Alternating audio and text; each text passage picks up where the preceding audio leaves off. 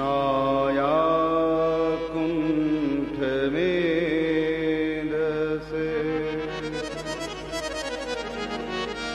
राधाधर सुधा सिंधो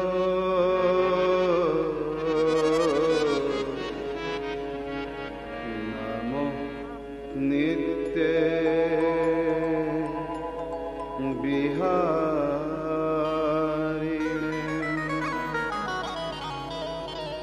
राधां कृष्ण स्वरूपां मयि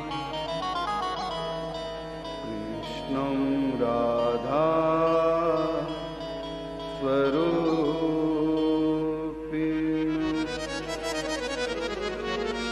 कलात्मानं निकुञ्जस्थं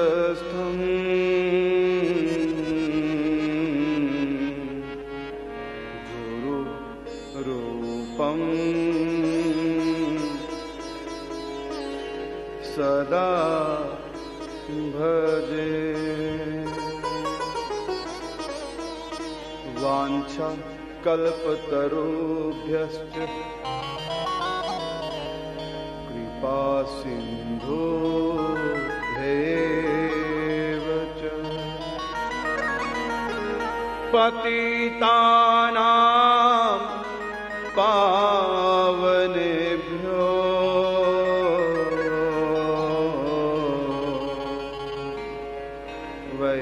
वैष्णवेभ्यो नमो नमः।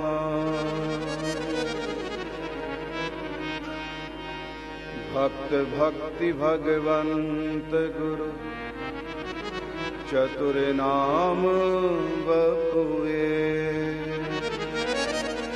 इनके पद वंदन किए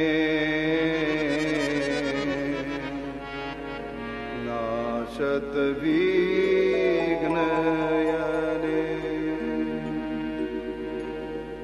श्री राधा राधा रटत ही भव बाधा मिट जा कोटि जन्म की आपदा राधा नाम सो जा।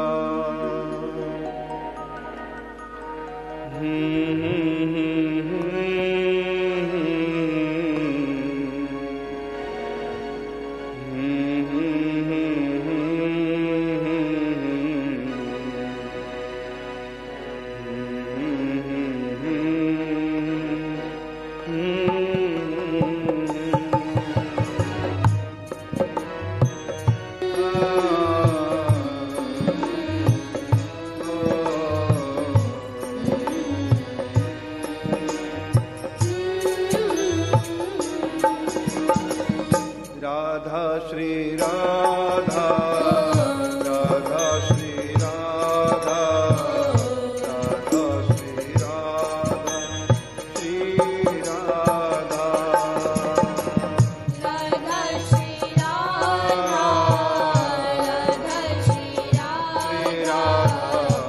राधा श्री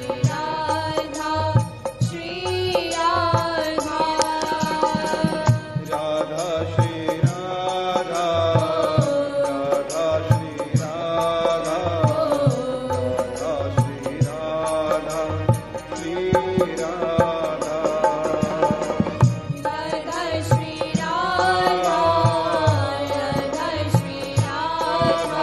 राधा श्री राधा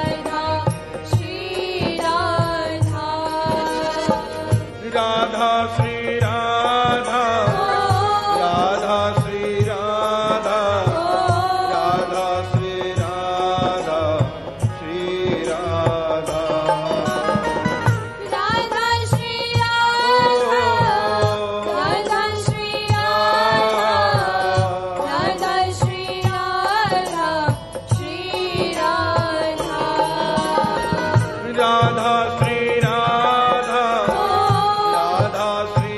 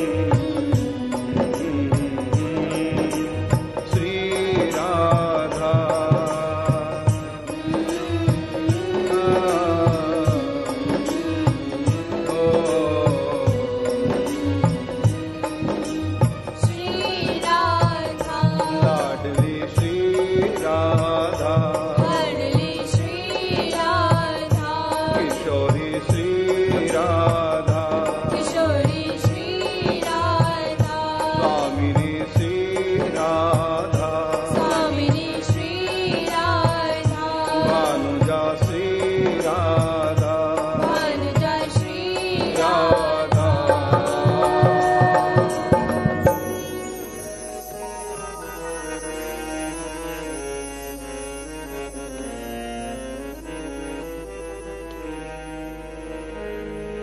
भक्ति से मेरी झोली भर दे हे भगवन अपना मुझे दीवाना कर दे हे भगवन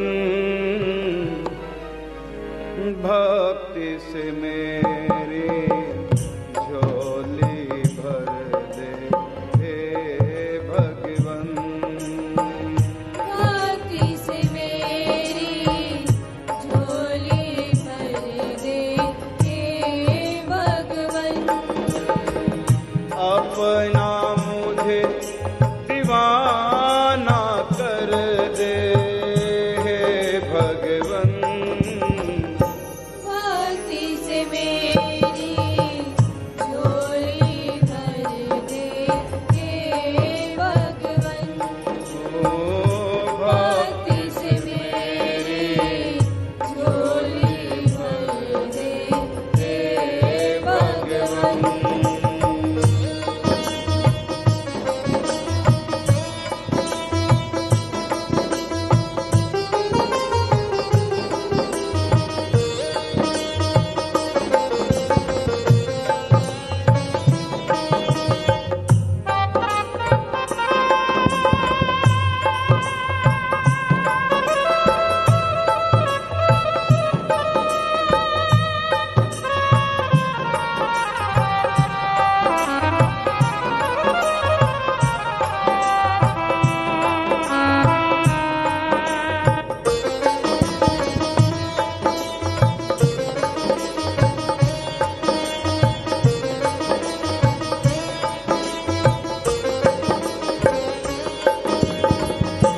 मैंने तुमसे चांद सितारे कब मांगे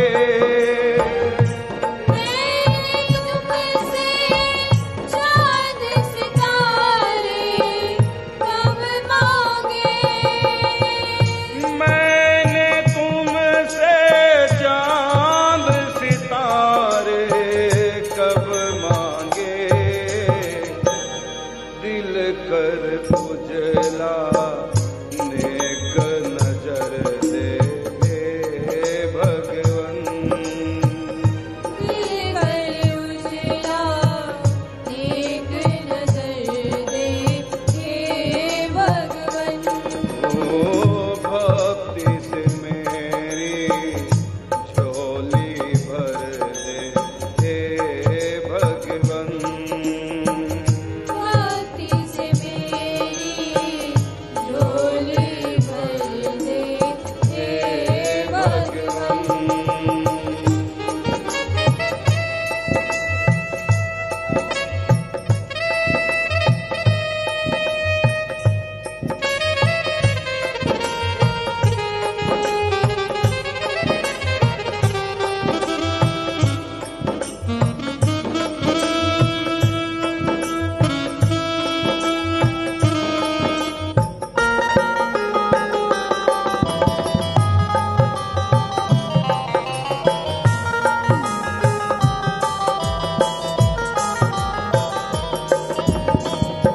मैंने तुमसे माल खजाने कब मांगे मैंने तुमसे माल खजाने कब मांगे मैंने तुमसे माल खजाने कब मांगे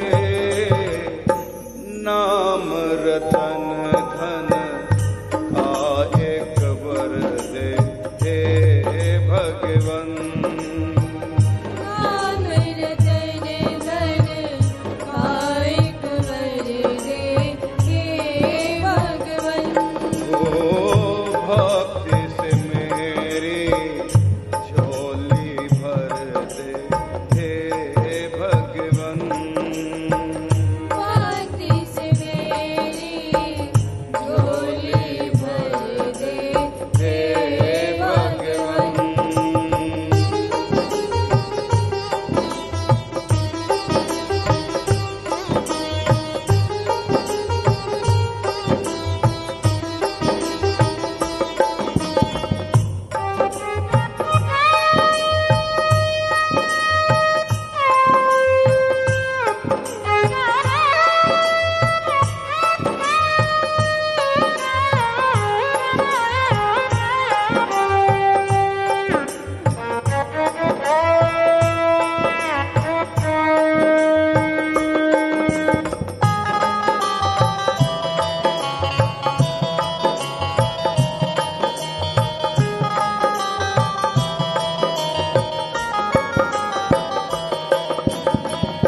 मैंने तुमसे तेरी खुदाई कब मांगी।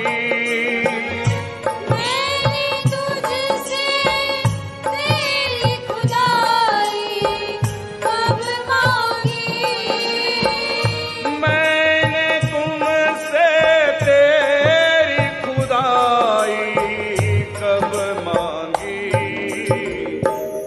दास बनाकर अपना कर ले हे भगवन। दास बनाकर अपना कर ले हे भगवन। ओ भक्ति से मेरी झोली भर दे हे भगवन।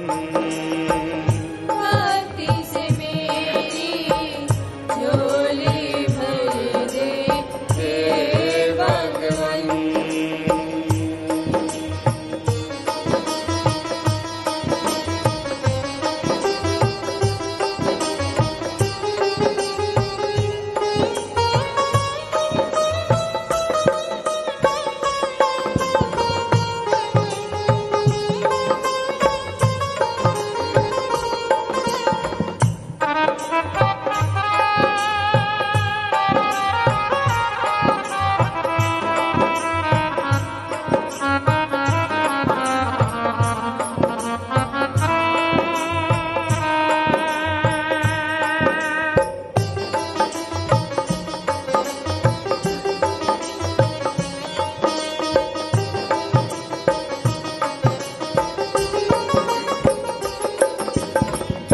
मैंने तुमसे तेरे सिवा कुछ कब मांगा।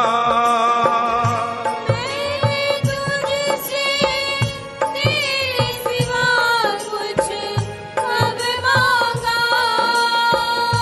मैंने तुमसे तेरे सिवा कुछ कब मांगा।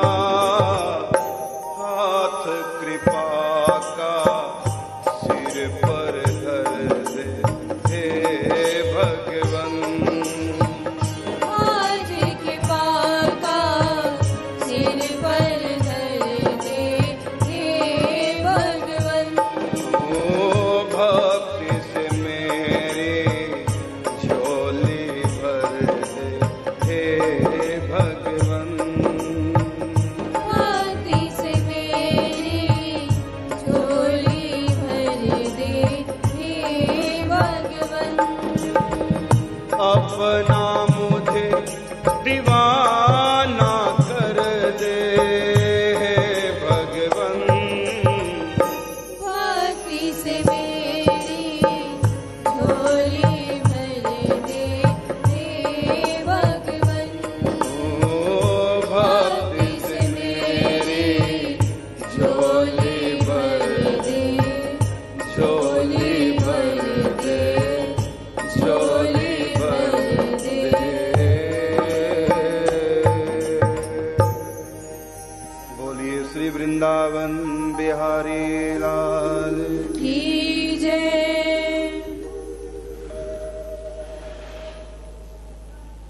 गोवर्धन आश्रम में कुछ दान दाताओं की सूची आई है। उनके परम पवित्र नाम है राम सिंह शक्यावर ग्वालियर से। ठाकुर जी के श्री विग्रह के लिए आपकी तरफ से 51,000 रुपए की सेवा पहुंची है। किशन सिंह जी हैं होशियारपुर से, 20,000 रुपए कुटिया की चौथी किस्त आपकी आई है। रमेश कुमार चौधरी जी हैं थाने मुंबई से, 20,000 रुपए गौ माता की सेवा आपकी तरफ से आई है। प्रियंका व शिवानी द्विवेदी जी हैं बहराइच, 9,000 रुपए ठाकुर जी की पोशाक की आपकी सेवाई है। संजय सिंह दिल्ली से 5100 रुपए संत सेवा हेतु। ब्रिजबाला लुधियाना से 5100 रुपए संतों के आईपोड की सेवा के लिए। आशुतोष कौशिक जी हैं हरिद्वार से 5100 रुपए एक वृक्ष की सेवा आपकी आई है। कृष्ण अवतार अग्रवाल मेरठ से 5,000 रुपए संतों के हॉस्पिटल में दवाइयों के लिए आपकी सेवाई है। इन सब भक्तों का बहुत बहुत स्वागत। जैसा कि आप सब जानते हैं, वैसे तो पहली बार इस दास के द्वारा सोहना में ये कार्यक्रम हुआ है, यद्यपि पूर्व 50 वर्षों से कुछ ना कुछ धार्मिक आयोजन सनातन धर्म सभा की तरफ से होते रहते हैं। अब की बार भक्तमाल गाथा के साथ साथ कन्याओं के विवाह का भी आयोजन रखा गया है। तो जो पहली बार सुन रहे हैं इस समय मुझको सोहना के भक्तगण, उनको मैं कहना चाहूंगा, इस दास के द्वारा मेरे प्रभु ने आप सबके सहयोग से आप सबको प्रेरणा करके बरसाना में संतों के भजन के अनुकूल 108 कुटियों का निर्माण किया है, जिसमें संत रहने लगे हैं। इसके बाद कार्यक्रम है वृंदावन में महिला संतों के लिए 108 कुटियों का निर्माण हो रहा है। शायद आप नहीं जानते, आप घर गृहस्थी में रहते हैं, जो घर छोड़ के वृंदावन चले जाती हैं, पुरुष हो चाहे स्त्री हो, जाते हैं भजन करने के लिए। पहले जमाने में वन थे, वनों में रह के कंदमूल फल खाते, नदियों का पवित्र जल पीते, जीवन का निर्वाह जैसे तैसे हो जाता था। लेकिन अब वो वन नहीं रहे, अब बस्तियों में ही संतों को भी रहना पड़ता है। अब वो वन नहीं रहे, संतों को भी बस्तियों में रहना पड़ता है, छोड़ के चले जाते हैं। वृंदावन एक बस्ती है। और जो आश्रम है, देखा हमने, आप लोगों की भी अनुभूति है, आश्रमों में अब संत नहीं बल्कि अधिकतर यात्री आते हैं जाते हैं।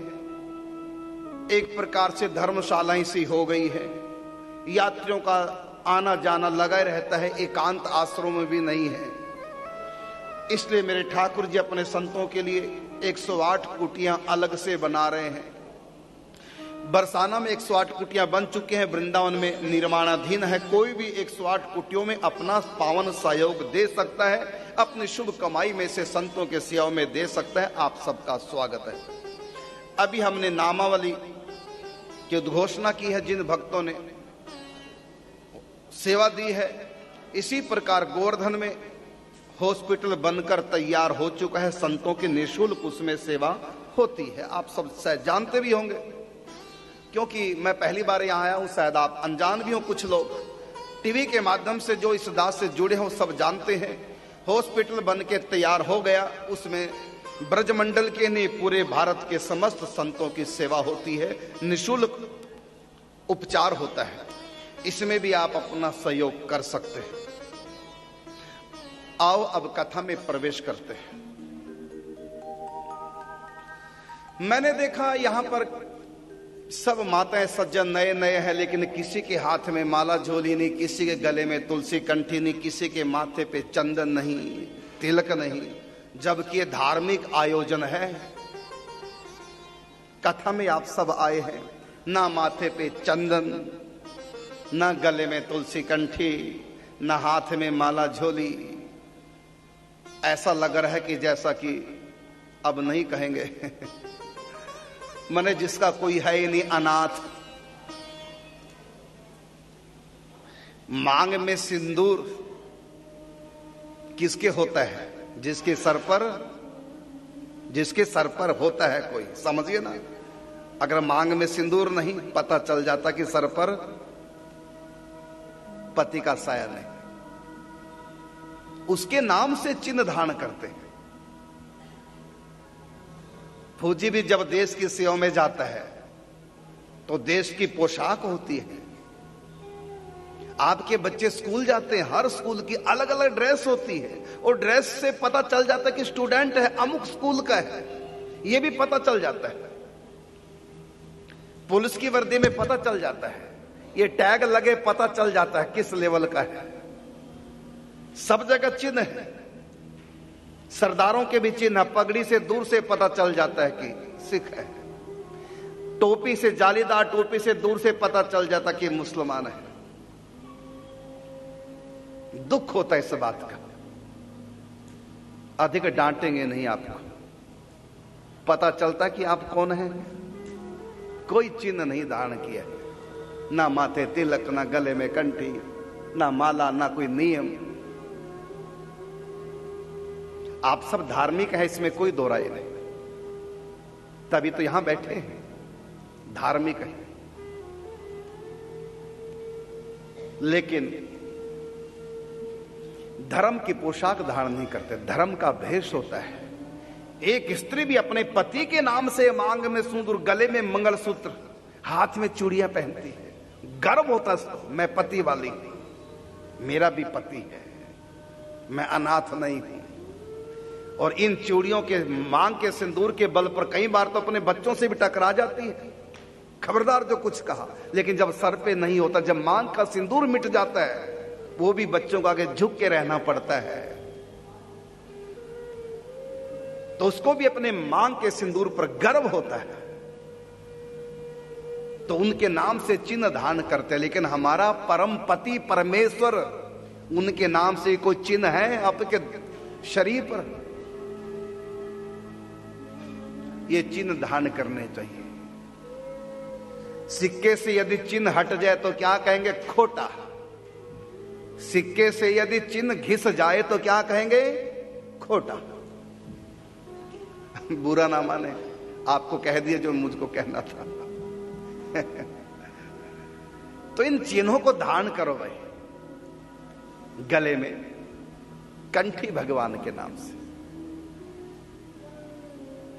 माथे पे तिलक होना चाहिए,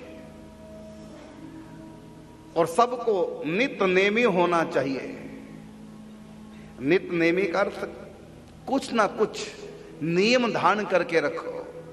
इतनी माला करेंगे, पूजा करेंगे, मंदिर जाएंगे, एकादशी व्रत करेंगे, ये नियम है। गौ माता की सेवा करेंगे, माता पिता को प्रणाम करेंगे, ये सब नियम धारण करो। हिंदू धर्म में पैदा हुए हो, बहुत पुण्य किए थे, लेकिन ये दुर्भाग्य है। बाहर से चिन्ह धारण करो, आम सिंपल ड्रेस में व्यक्ति जब वो पुलिस की वर्दी पहनता है तो एक अलग से उसका सिर तन जाता है। ड्रेस है मेरे पास, इसलिए आप चिन्हों को धारण करो। कथा भक्तमाल की अधिक व्याख्या तो नहीं करूंगा मैं, बस बता रहा हूं आपको। मुझको इस बात का दुख है कि 50 सालों से यहां कथाएं हो रही हैं, कुछ ना कुछ साल में बता रहे हैं, 2-2 बार होता है। आपका बच्चा स्कूल जाता है बिना ड्रेस के भेजना,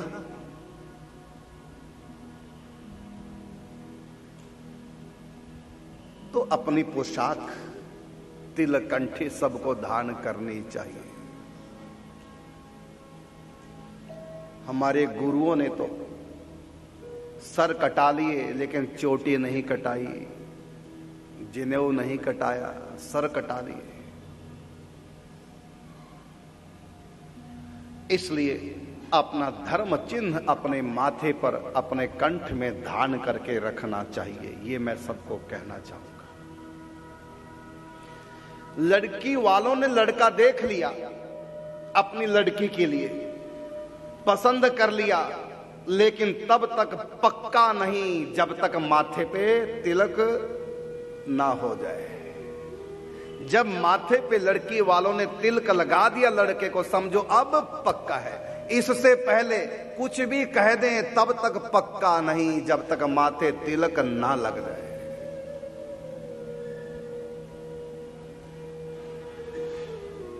इसलिए आप भगवान के पक्के हैं, स्टाम्प है माथे पे तिलक। और ये तिलक अभी तक आपको यही नहीं पता है क्या? आपके माथों पे कईयों के मैं लगा देख रहा हूं, लेकिन ध्यान रखना ये टीका है, तिलक नहीं है। अच्छा लग रहा है, टीका भी अच्छा है, धर्म का चिन्ह है, हिंदू धर्म का ये चिन्ह है तिलक। आपने तिलक नहीं सही तो टीका तो लगाया ही है ना, चलेगा, लेकिन पूरी महिमा तिलक की है। मंत्र से अभिमंत्रित करके तिलक लगाया जाता है। और ये तिलक सब नहीं लगा सकते। जैसे भैया दूज के दिन तिलक किससे लगवाओगे? पत्नी से है? अपने आप ही लगा लो। इसका मतलब तिलक है तो सिर्फ टीका तो है, लेकिन उसका भी एक विधान है। जो मर्जी लगा दे, जब मर्जी लगा दे, नहीं चलेगा। विधान है। पत्नी नहीं लगा सकती, आप नहीं लगा सकते, भाई और कोई नहीं, केवल बहन लगा सकती है। इसी प्रकार जब सैनिक युद्ध पे जाता है, उसमें पत्नी और माता ये दो तिलक कर सकते हैं। शादी वाला तिलक जब तय होगा तो तुम्हारा पिता नहीं तिलक करेगा, लड़की के माता पिता है भाई, उनकी तरफ से तिलक होगा, घर वालों की तरफ से नहीं। इसी प्रकार दुल्हन को भी मांग में सिंदूर, मंगलसूत्र ये इसके मां बाप नहीं देंगे, ये ससुराल की तरफ से होगा, पति की तरफ से होगा। एक नियम है। इसी प्रकार जब राजा बनते हैं तो राज तिलक होता है, उसको भी राजा का बाप भी नहीं लगा सकता। उस तिलक को जो गुरु होते हैं, राजगुरु, वही राज तिलक करते हैं। तो इन तिलकों का भी एक अलग महत्व है, कौन लगाएगा, कब, कैसे। इसी प्रकार जिस तिलक की मैं बात कर रहा हूं, ना ये भैया दूज का तिलक है, ना ये युद्ध में जाने के लिए कोई तिलक है, ना ये राज तिलक है, और ना ये लड़की वालों की तरफ से तिलक है। सब अलग अलग होते हैं, लेकिन मैं जिस तिलक की बात कर रहा हूं, जो धर्म के नाम पर, जो परमात्मा के नाम पर तिलक लगता है, उसको केवल तुम्हारे गुरु लगा सकते हैं। प्रथम बार हर रोज अपने आप ही लगाओ, पहली बार गुरु मंत्र से अभिमंत्रित करके और फिर माथे पर मंत्र पूर्वक धारण कराते हैं।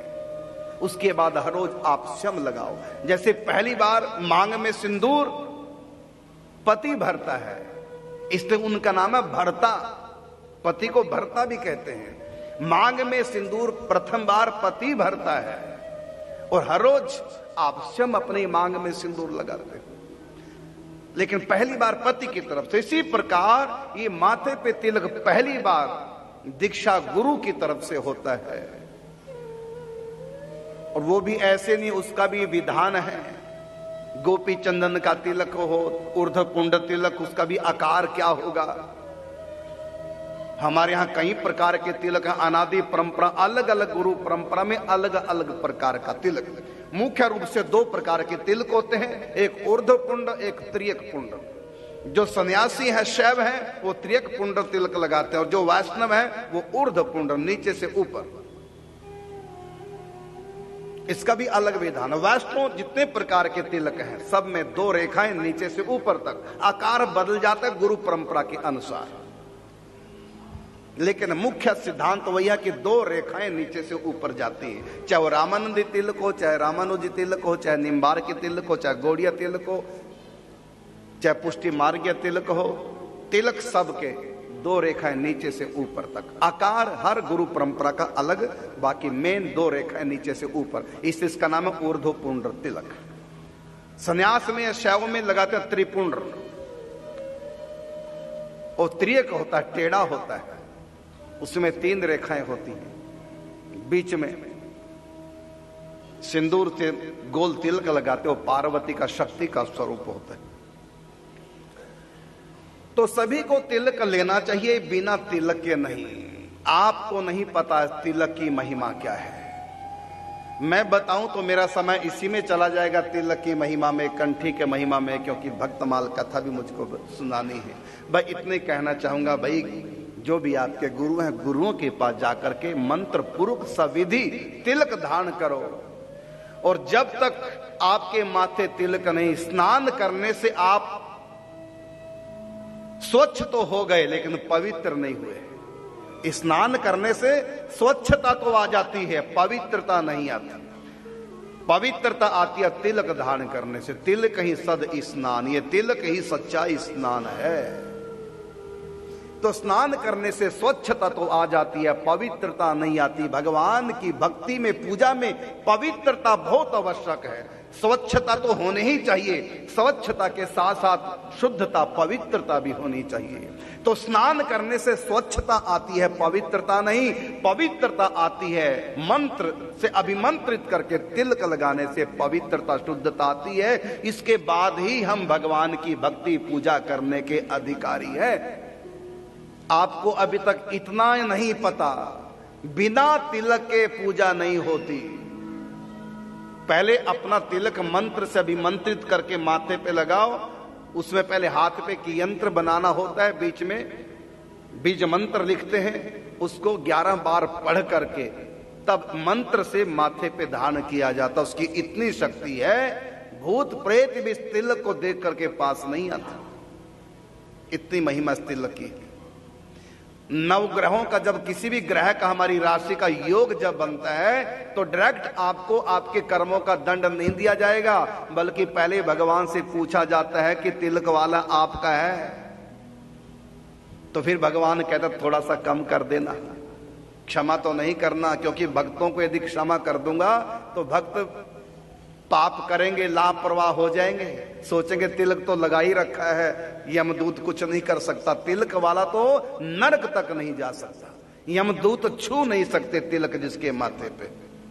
इतनी महिमा है। इसलिए सबको तिलक लगाना चाहिए। जिनको भी तिलक चाहिए, हमारे रंगेली शरण जी बैठे हैं, ये आपको सिखा देंगे तिलक कैसे लगाना होता है। ऊर्ध्व पुंड्र तिलक यदि आप वैष्णव हैं, यदि आप शैव हैं तो त्रिपुंड्र, त्रियक पुंड्र लगता है, आप सीख लें, उसके बाद ही पूजा करें। आप कहेंगे हमको तो शर्म आती है, बाहर जब जाएंगे लोग क्या कहेंगे। मैं कहना चाहूंगा सरदार जी को इतनी बड़ी पगड़ी में शर्म नहीं आती, वो अपनी शान समझते गुरुओं के नाम से, और तुम एक तिलक लगाने में परेशान, लोग क्या कहेंगे। क्यों डाका डालने जा रहे हो क्या, पाप करने जा रहे हो क्या। मुसलमान को जालीदार टोपी पहनने में संकोच नहीं होता, गर्व होता है हम मुसलमान हैं। तो आपको नहीं गर्व होना चाहिए, हम हिंदू हैं। इसलिए तिलक लगाओ और हिंदू होने का गर्व, गर्वान्वित तो होना चाहिए आप सबको। फिर भी यदि आप धर्म के मामले में कमजोर हैं, इतनी ऊंची आस्था निष्ठा नहीं है, तो फीका तिलक लगा लो। हल्का सा चंदन लेके जो सूखने के बाद पता ना चले, दिखाई ना दे, लेकिन लगाओ। धीरे धीरे अभ्यास हो जाएगा, आदत पड़ जाएगी। नई नई बहू भी बड़ी शर्मीली होती है, झुककर चलती है। तो आप भी नए नए तिलक लगाएंगे, थोड़ा सा हो सकता है आपकी अज्ञानता के कारण से आपको थोड़ा संकोच हो, तो थोड़ा फीका लगा लो। सूखते ही बिल्कुल एकदम पता नहीं चलेगा लगा भी कि नहीं। और उसके बाद घर में पूजा करो। बिना तिलक के भगवान को पुष्प भी नहीं चढ़ाना चाहिए। बिना तिलक के आप पूजा के योग्य नहीं है। ये पूजा केवल सनातन धर्म में है और कहीं पूजा नहीं है। ये साकार भगवान केवल सनातन धर्म के पास साकार भगवान का ज्ञान है, औरों को ज्ञान नहीं है। साकार भी परमात्मा होते हैं। तो परमात्मा की जो पूजा की जाती है वो केवल सनातन धर्म में है, और वो तिलक के बाद ही पूजा का विधान है। पहले सभी तिलक लगाते थे, क्या गृहस्थ क्या सन्यासी। लेकिन जब से विदेशी आक्रांता आए भारत में और अपना शासन किया, तो तिलक वालों से चिढ़ने लगे, उनको मारने लगे, जनेऊ काटने लगे, गर्दनें उड़ाने लगे। तो हिंदुओं ने डर के मारे तिलक पोंछ दिया। लेकिन अब तो कोई डर नहीं है, अब तो दिन चले गए डर वाले। अब तो वापिस अपनी लाइन पे आ जाओ। इसलिए सब तिलक धारण करें। ये रिवाज नहीं है, ये कोई श्रृंगार नहीं है, ये भगवान की तरफ से बहुत बड़ा उपहार है। ये भगवान की मोहर लग गई गुरु के द्वारा, आप सुरक्षित हो गए। इसलिए सब माथे पे तिलक लगाएं, गले में तुलसी कंठी। यदि आप शैव हैं, अधिक नहीं कम से कम 1 मन का रुद्राक्ष का गले में धारण करना चाहिए। वैष्णव हैं तो तुलसी की कंठी धारण करनी चाहिए।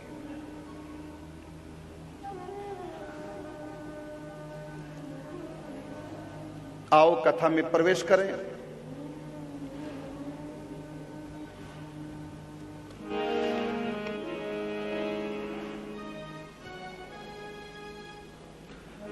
चोल नाम का एक राजा था,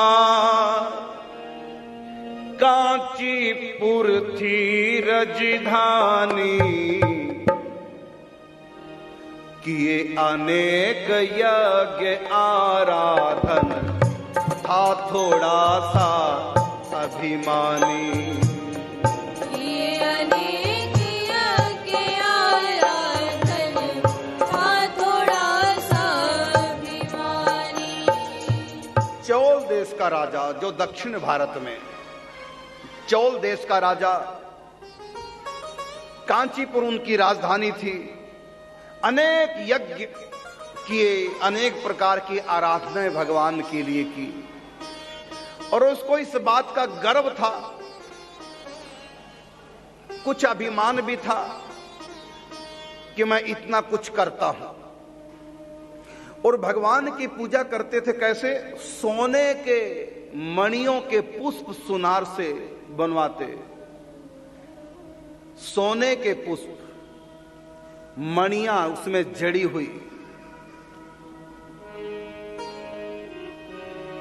मणि कंचन पुष्पों से नित्य प्रति मंदिर जा पूजा करता। कर प्रणाम श्री हरि के सन्मुख, नियमित बैठ ध्यान करता। प्रणाम श्री हरि के सन्मुख, नियमित बैठ ध्यान करता। नित्य ही मंदिर में जाकर के भगवान की पूजा करता, फिर भगवान के सन्मुख बैठ करके नियम पूर्वक भगवान के चतुर्भुज रूप का ध्यान करता। नियम को कभी तोड़ा नहीं। एक दिन की बात, एक बार पूजन कर संपन्न हुए मगन हरि दर्शन में। भगवान की पूजा की, आंख बंद करके ध्यान किया। ध्यान में चतुर्भुज रूप भगवान, शंख चक्र गदा पद्म धारण किए, कमल के पुष्प पर ठाकुर जी खड़े हैं।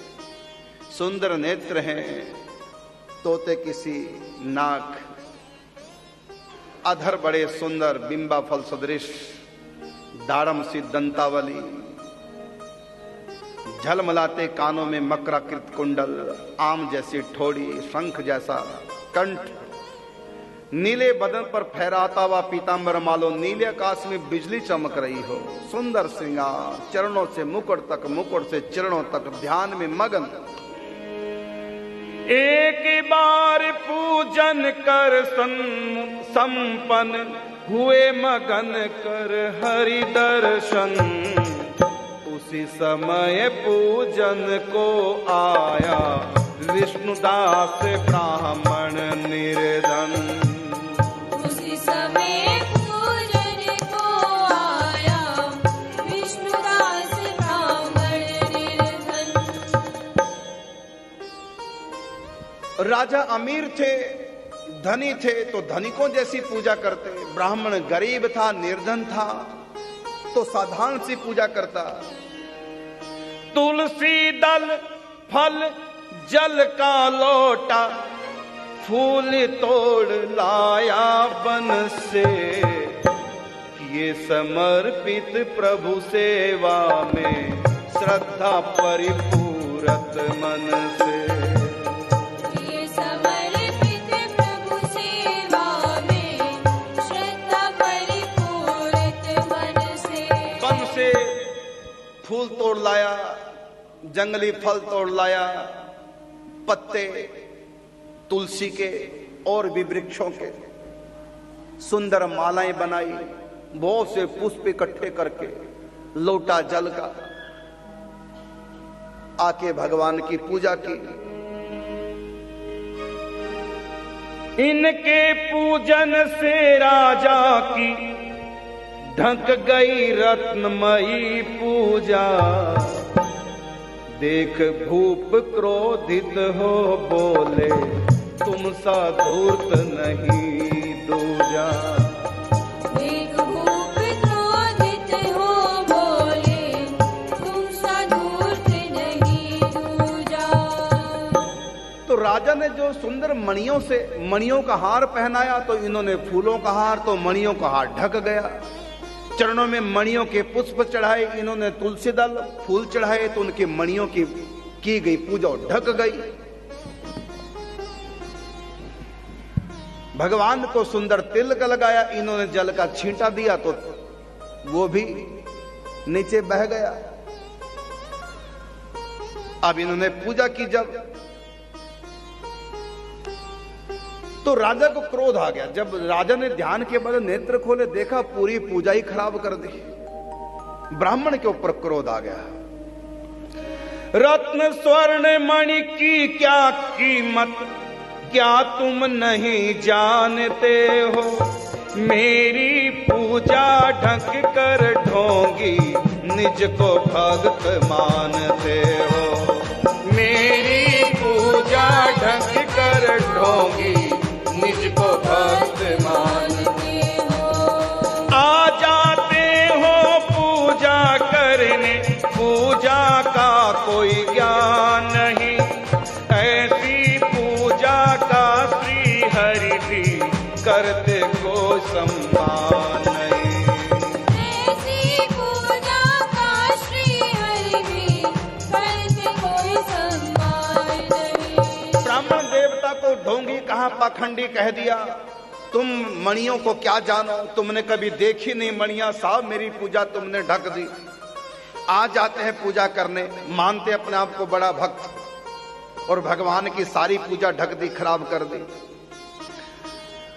तुम्हारे जैसे अज्ञानियों की अविधि पूर्वक की गई पूजा भगवान कभी स्वीकार नहीं करते। सुन करके ब्राह्मण ने कहा, सुन बोले ब्राह्मण राजन तुम भक्ति नहीं जानते हो, राज्य लक्ष्मी से गर्वित हो, निज को श्रेष्ठ मानते हो। राज्य लक्ष्मी से गर्वित हो, निज को श्रेष्ठ मानते हो। राजा को भी डांट दिया। जानते थे राजा है लेकिन घबराए नहीं, डांट दिया और कहा, महाराज भक्ति तो आप नहीं जानते, पूजा की महिमा तो आप नहीं जानते।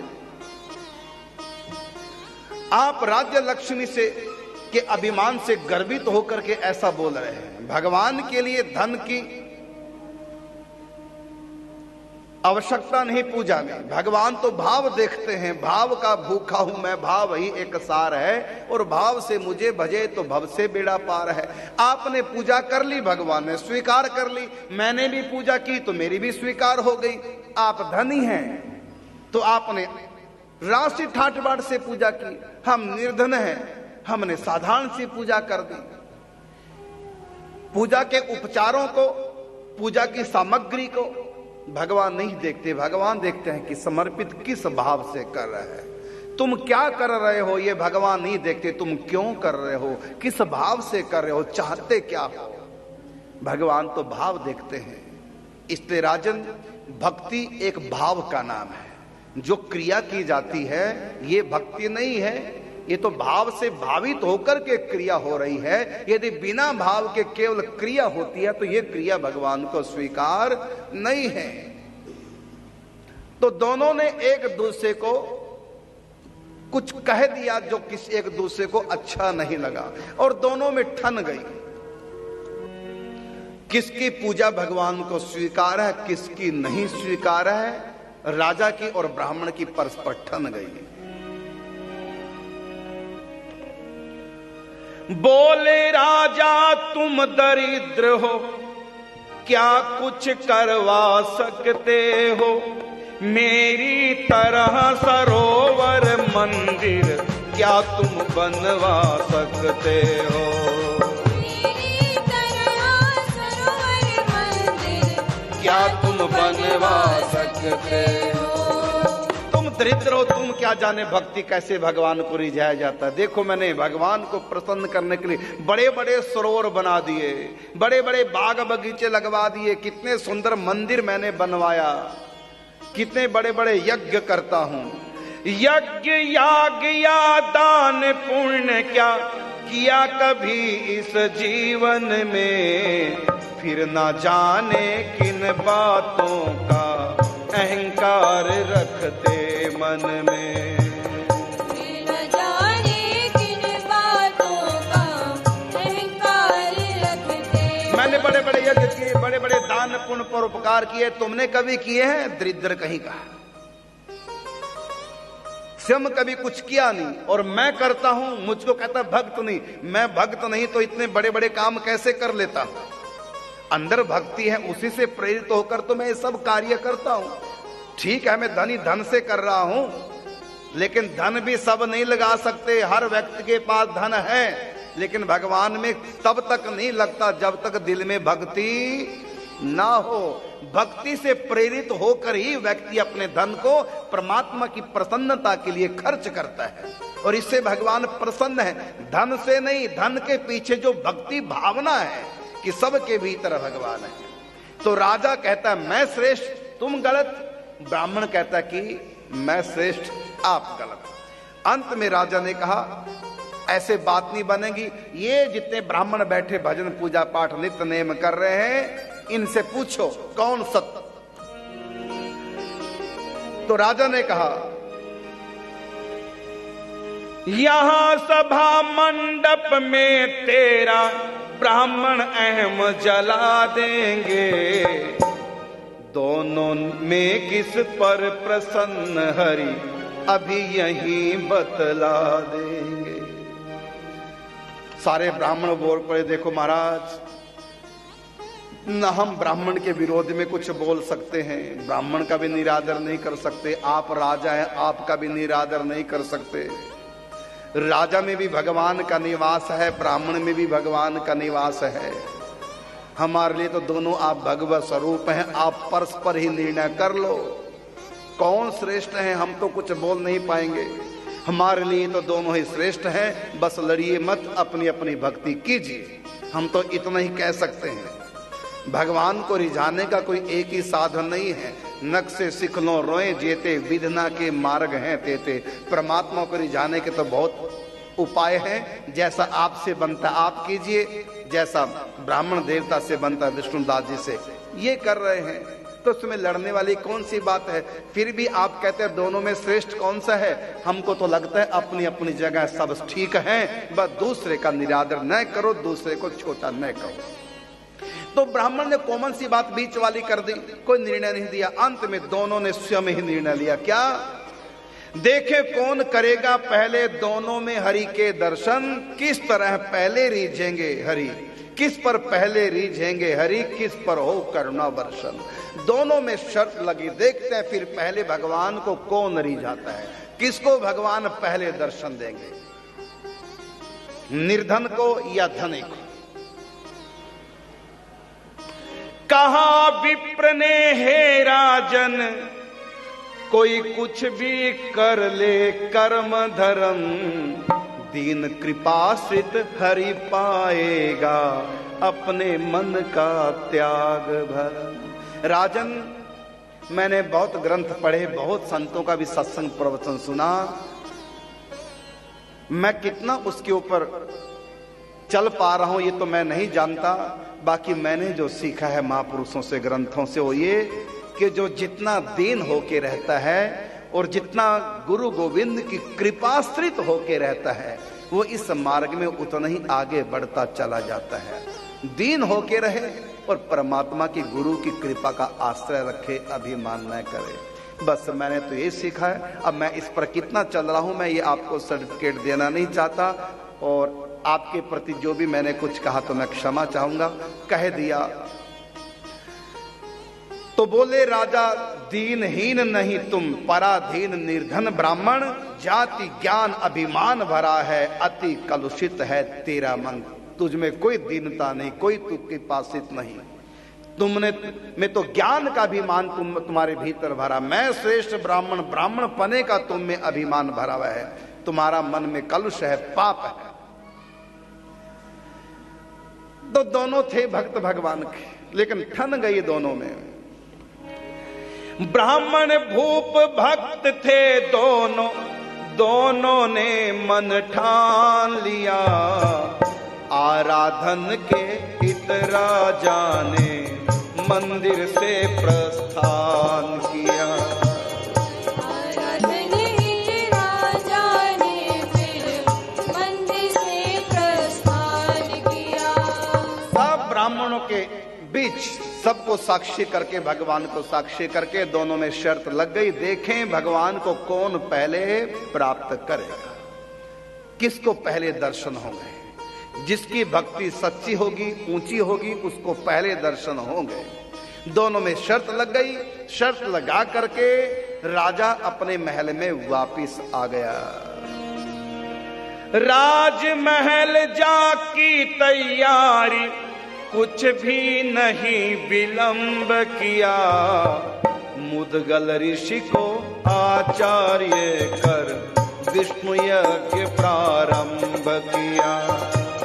मुदगल ऋषि को आचार्य कर विष्णु यज्ञ प्रारंभ किया। आचार्य के रूप में वर्णन किया मुदगल ऋषि को। महाराज, ये त्रेता युग है और त्रेता युग में भगवान को प्रसन्न करने के लिए हमने आप जैसे महापुरुष से सुना यज्ञ किए जाते हैं।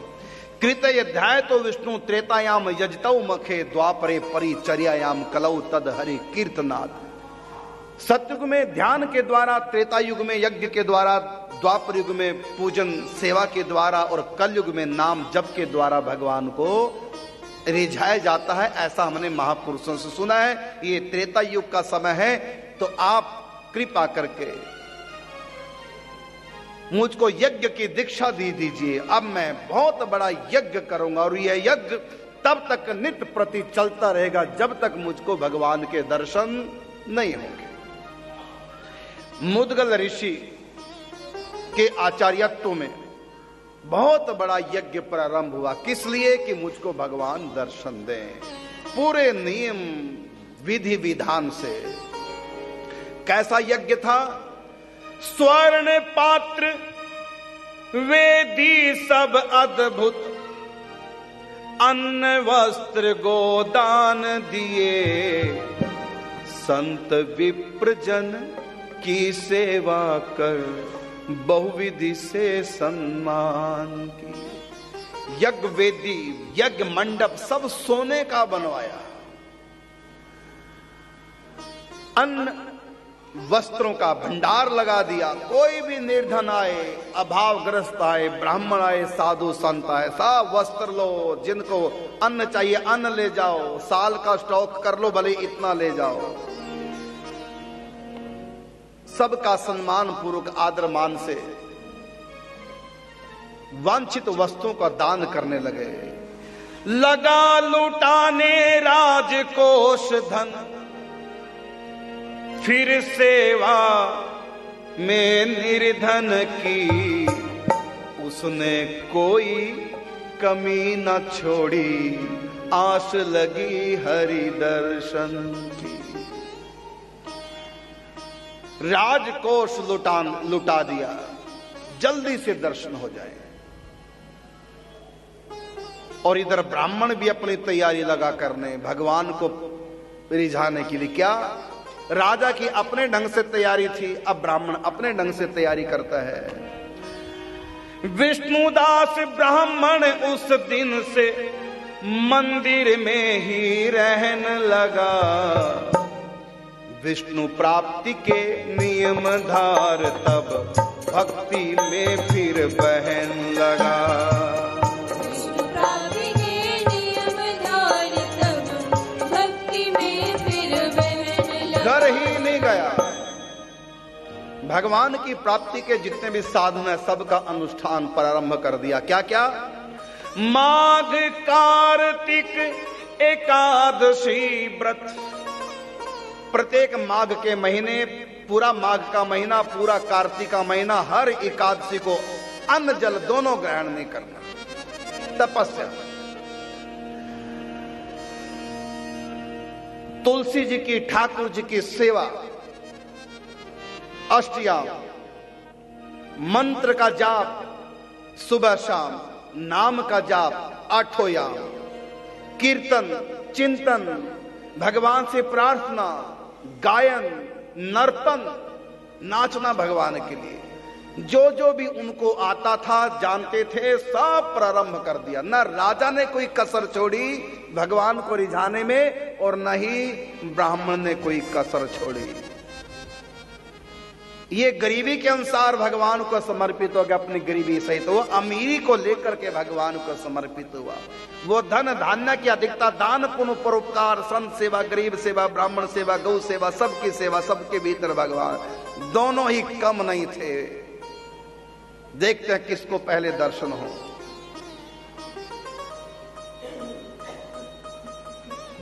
हाँ, मैं कहना चाहूंगा 5 बजने में 2 मिनट रह गए हैं। कथा 2 घंटे की है, ये 6:30 बजे तक चलेगी आज कथा, लेकिन टीवी में 5 बजे तक का समय, दरअसल समय मिला नहीं टीवी से, 1 घंटे का ही समय मिला ईश्वर टीवी चैनल पर, 1 घंटे का हमको समय मिला। तो अब आप, क्योंकि 1 मिनट के बाद टीवी पे कार्यक्रम बंद हो जाएगा, यदि आप 6:30 बजे तक पूरी कथा सुनना चाहते हैं तो YouTube चैनल पर आइए, वहां भी लाइव चल रही है, 6:30 बजे तक वहां चलेगी। स्वामी करुण दास जी इस नाम से YouTube चैनल है, वहां लाइव चल रही है, आप वहां आ जाएं, क्योंकि अभी आधे मिनट के बाद आपके टीवी पर यह कार्यक्रम बंद हो जाएगा। यदि आप 6:30 बजे तक पूरी कथा विष्णुदास ब्राह्मण राजा की सुनना चाहते हैं, YouTube चैनल पर आइए, स्वामी करुण दास इस नाम से YouTube चैनल है, और आप वहां पूरी कथा देखिए। फिर ये दोनों भक्त कैसे भगवान को रिझाते हैं, किसके पास पहले, किसके बाद में पहले क्यों, और बाद वाले पे बाद में क्यों, ये सारा चरित्र आप सुनेंगे। आप सब भक्तों के लिए बहुत लाभप्रद ये चरित्र होगा। अब आ जाइए YouTube चैनल पर।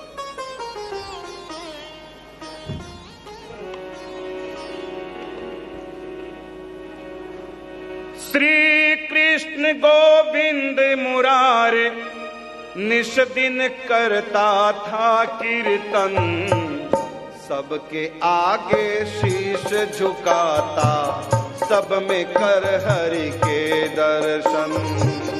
सबके आगे शीश झुकाता, सब में कर हरि के दर्शन।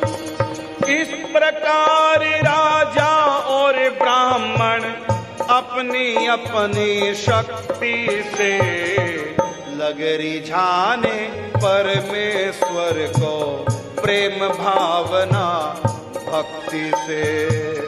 रिझाने परमेश्वर को, प्रेम भावना भक्ति से। अब ब्राह्मण देवता मंदिर में रहते ठाकुर जी की सेवा पूजा में भगवान से प्रार्थना कर रहे हैं। तू मेरा ठाकुर, मैं तेरा पुजारी,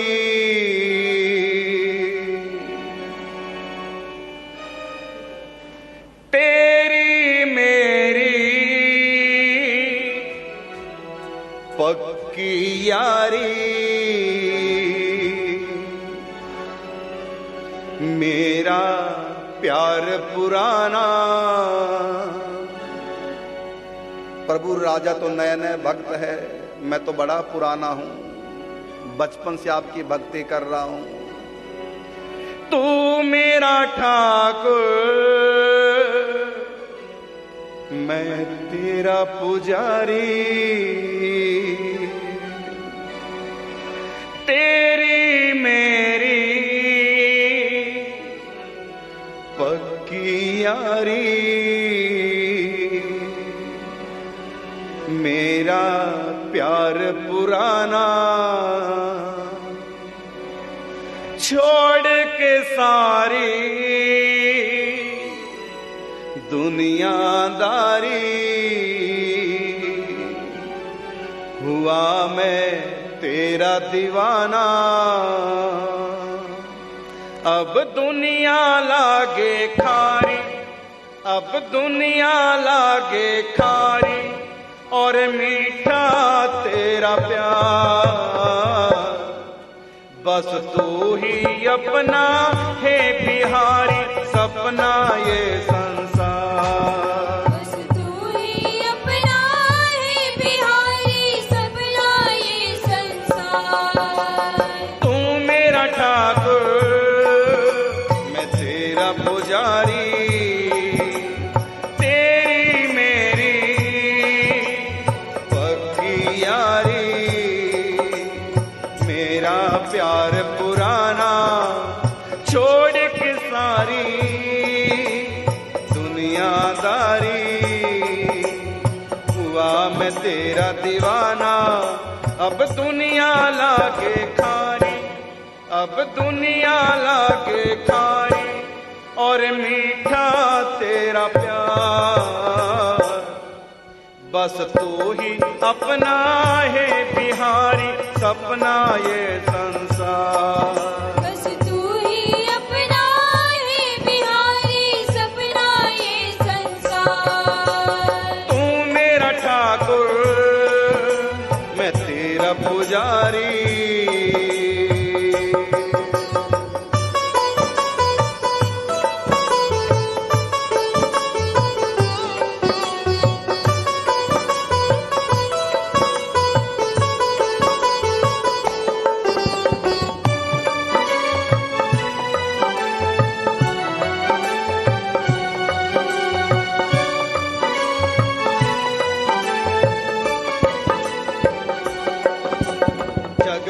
आशा झूठी तुमसे आस लगी,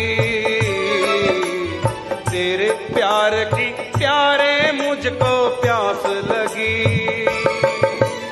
जग की आशा झूठी तुमसे आस लगी, तेरे प्यार की प्यारे मुझको प्यास लगी। जग की आशा झूठी तुमसे आस लगी, तेरे प्यार की प्यारे मुझको प्यास लगी, मुझको प्यास लगी। तू दाता मैं हूँ भिखारी, तू दाता मैं हूँ भिखारी, आया हूँ तेरे द्वार। बस तू ही अपना है बिहारी, सपना ये संसार। बस तू ही अपना है बिहारी, सपना ये संसार। तू मेरा ठाकुर, मैं तेरा पुजारी।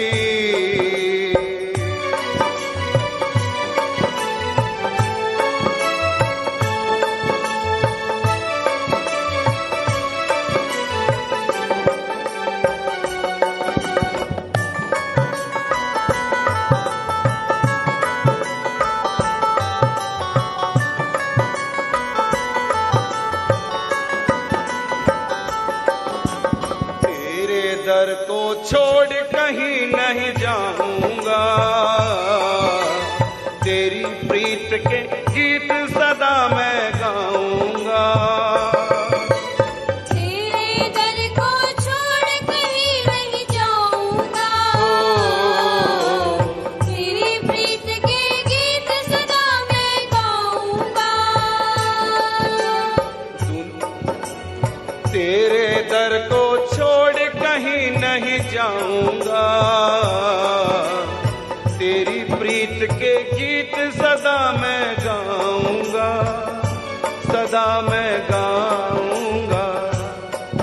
तेरी सूरत प्यारी प्यारी, तेरी सूरत प्यारी प्यारी, नयनों में भरा है प्यार।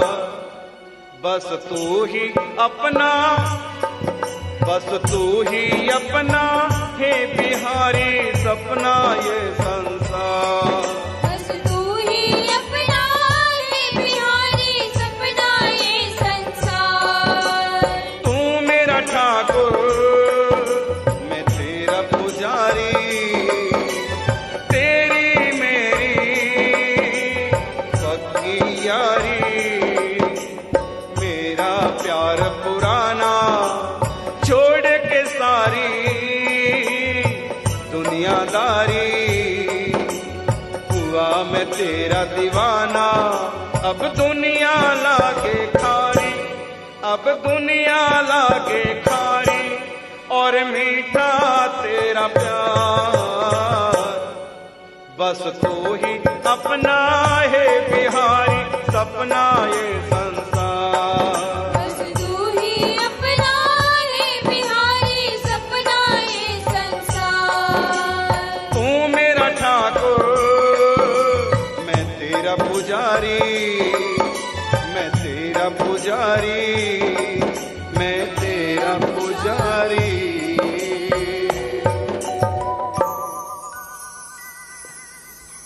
इस प्रकार से विष्णुदास ब्राह्मण मंदिर में अपने प्रभु को रिझा रहे हैं, और इधर महाराजा चोल दान पुण्य के द्वारा, परोपकार के द्वारा, यज्ञ के द्वारा अपने प्रभु की आराधना कर रहे हैं। दोनों ने कोई कमी न छोड़ी पहले दर्शन पाने में, अपने अपने ढंग से दोनों हरि को लगे रिझाने में। अपने अपने ढंग से दोनों हरि को लगे रिझाने में। दिन नहीं, महीनों नहीं, सालों बीत गए। दोनों अपनी साधना में। राजा को भी कष्ट हो रहा है कि अब तक भगवान क्यों नहीं मिले, ब्राह्मण को भी कष्ट हो रहा है अब तक भगवान क्यों नहीं मिले। राजा रोने लगे, भगवान से प्रार्थना करने लगे, प्रभु मुझसे क्या अपराध हो गया, मैंने सारा खजाना आपके भक्तों के नाम कर दिया, लुटा दिया, आपकी प्राप्ति हो जाए। जो करना था सो दिया कर, अब तो मरना बाकी रह गया। रोने लगे, भगवान से कहा प्रभु मेरी गलती बताइए, हो सकता मैं भूल से अपराध कर रहा हूं, कहां पर मेरी गलती है, क्या मुझसे अपराध हुआ, आप दर्शन क्यों नहीं दे रहे हैं।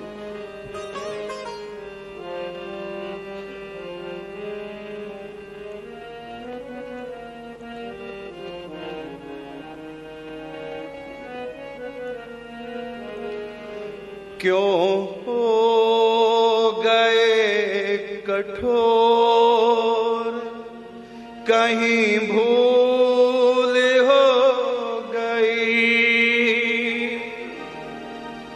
फूलों सी जिंदगी मेरी क्यों शूल हो गई, क्यों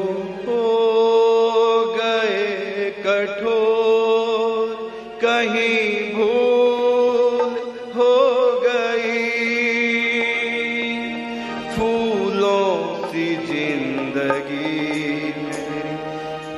शूल हो गई, क्यों हो गए कठोर, कहीं भूल हो गई। फूलों सी जिंदगी तेरे बिन शूल हो गई, क्यों हो गए कठोर।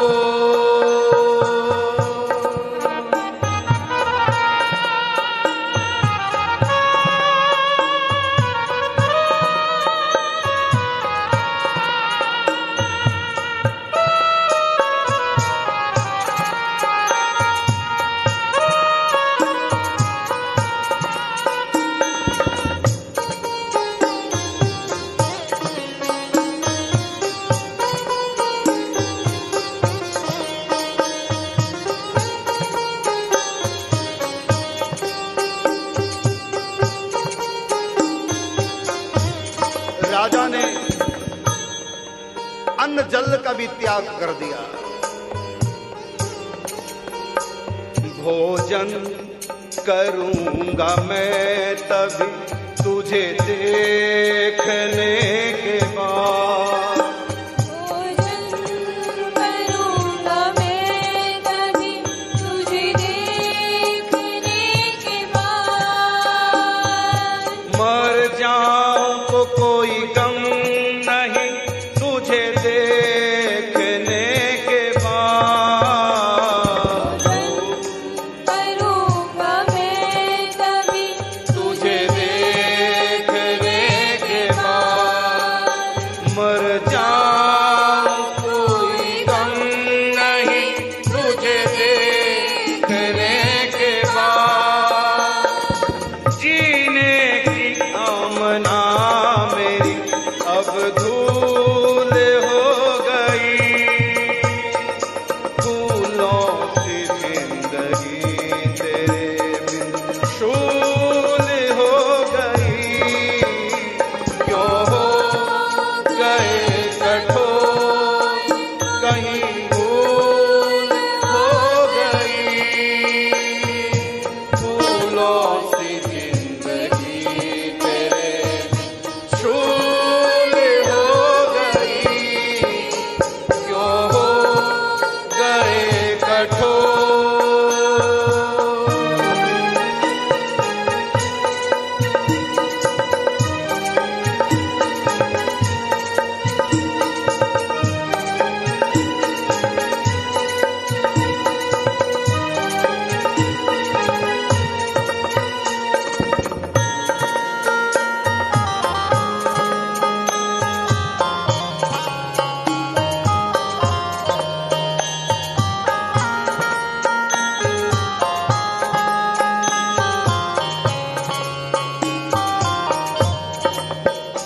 रो रो पुकारूं हे प्रभु आ जाओ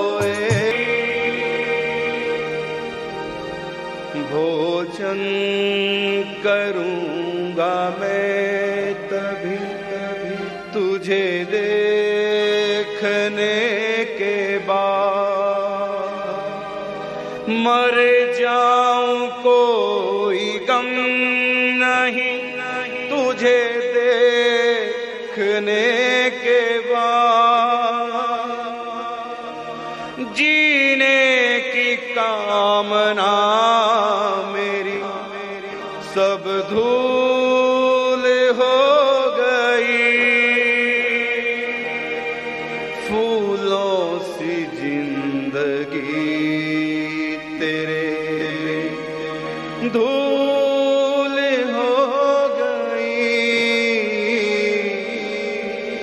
क्यों हो गए कठोर।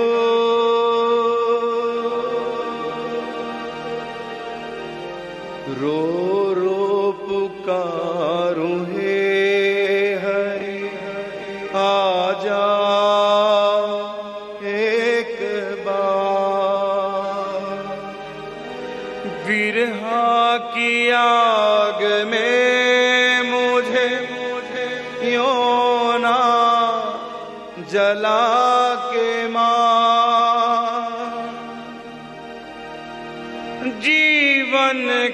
हर घड़ी मेरी दुख मूल हो गई, फूलों सी जिंदगी तेरे बिन शूल हो गई, क्यों हो गए कठोर, कहीं भूल हो गई, कोई भूल हो गई।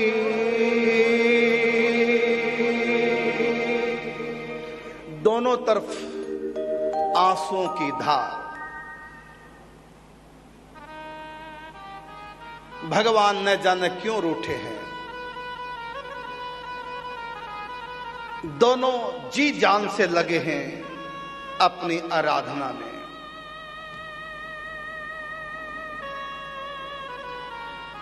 महीनों नहीं सालों बीत गए, लगे प्रार्थना करने, प्रभु आप अपनी कृपा से मिल सकते हो। दोनों ओर आंसुओं का तांता लगा हुआ है, प्रभु से प्रार्थना कर रहे हैं। आजा आजा प्रियतम प्यारे,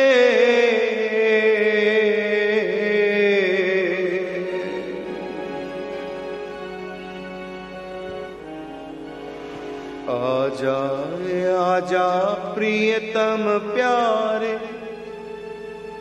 पल पल बाट निहारूं, तुम बिन दिल नहीं लगे कहीं भी, रो रो तुम्हें पुकारूं, मैं रो रो तुम्हें पुकार। आजा आजा आजा। दोनों तरफ प्रार्थना। आजा आजा प्रियतम प्यारे, पल पल बाट निहारूं, तुम बिन दिल नहीं लगे कहीं, रो रो तुम्हें पुकारूं, मैं रो रो तुम्हें पुकारूं। आजा आजा आजा आजा आजा प्रीतम प्यारे।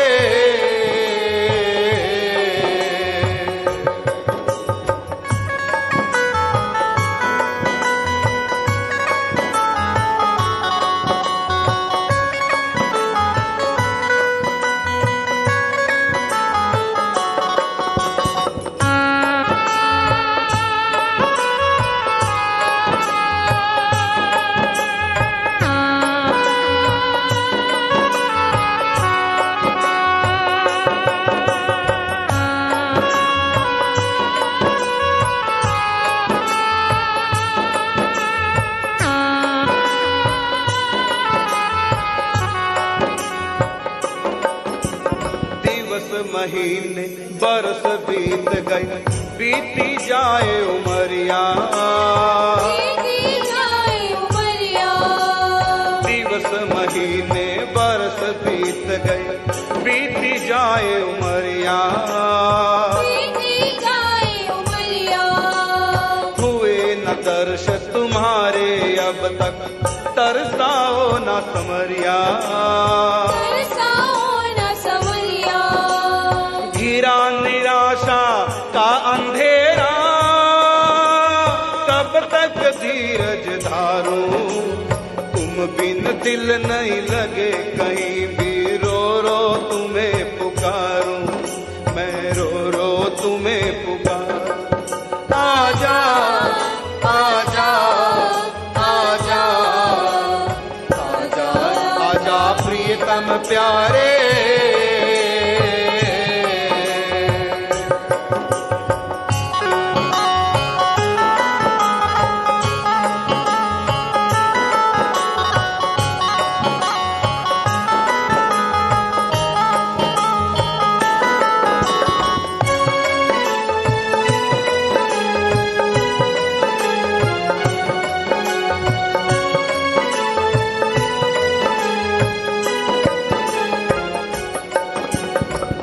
नहीं चैन रैन नहीं निंदिया, दिल मेरा अकुलाए, दिन नहीं चैन रैन नहीं निंदिया, दिल मेरा अकुलाए, कर कर याद तुम्हारी रो तेरा विरह सताए, कैसे होगा दर्श तुम्हारा यही सोच विचारूं, तुम बिन दिल नहीं लगे कहीं भी, रो रो तुम्हें पुकारूं, मैं रो रो तुम्हें पुकारूं। आजा आजा आजा आजा आजा प्रीतम प्यारे,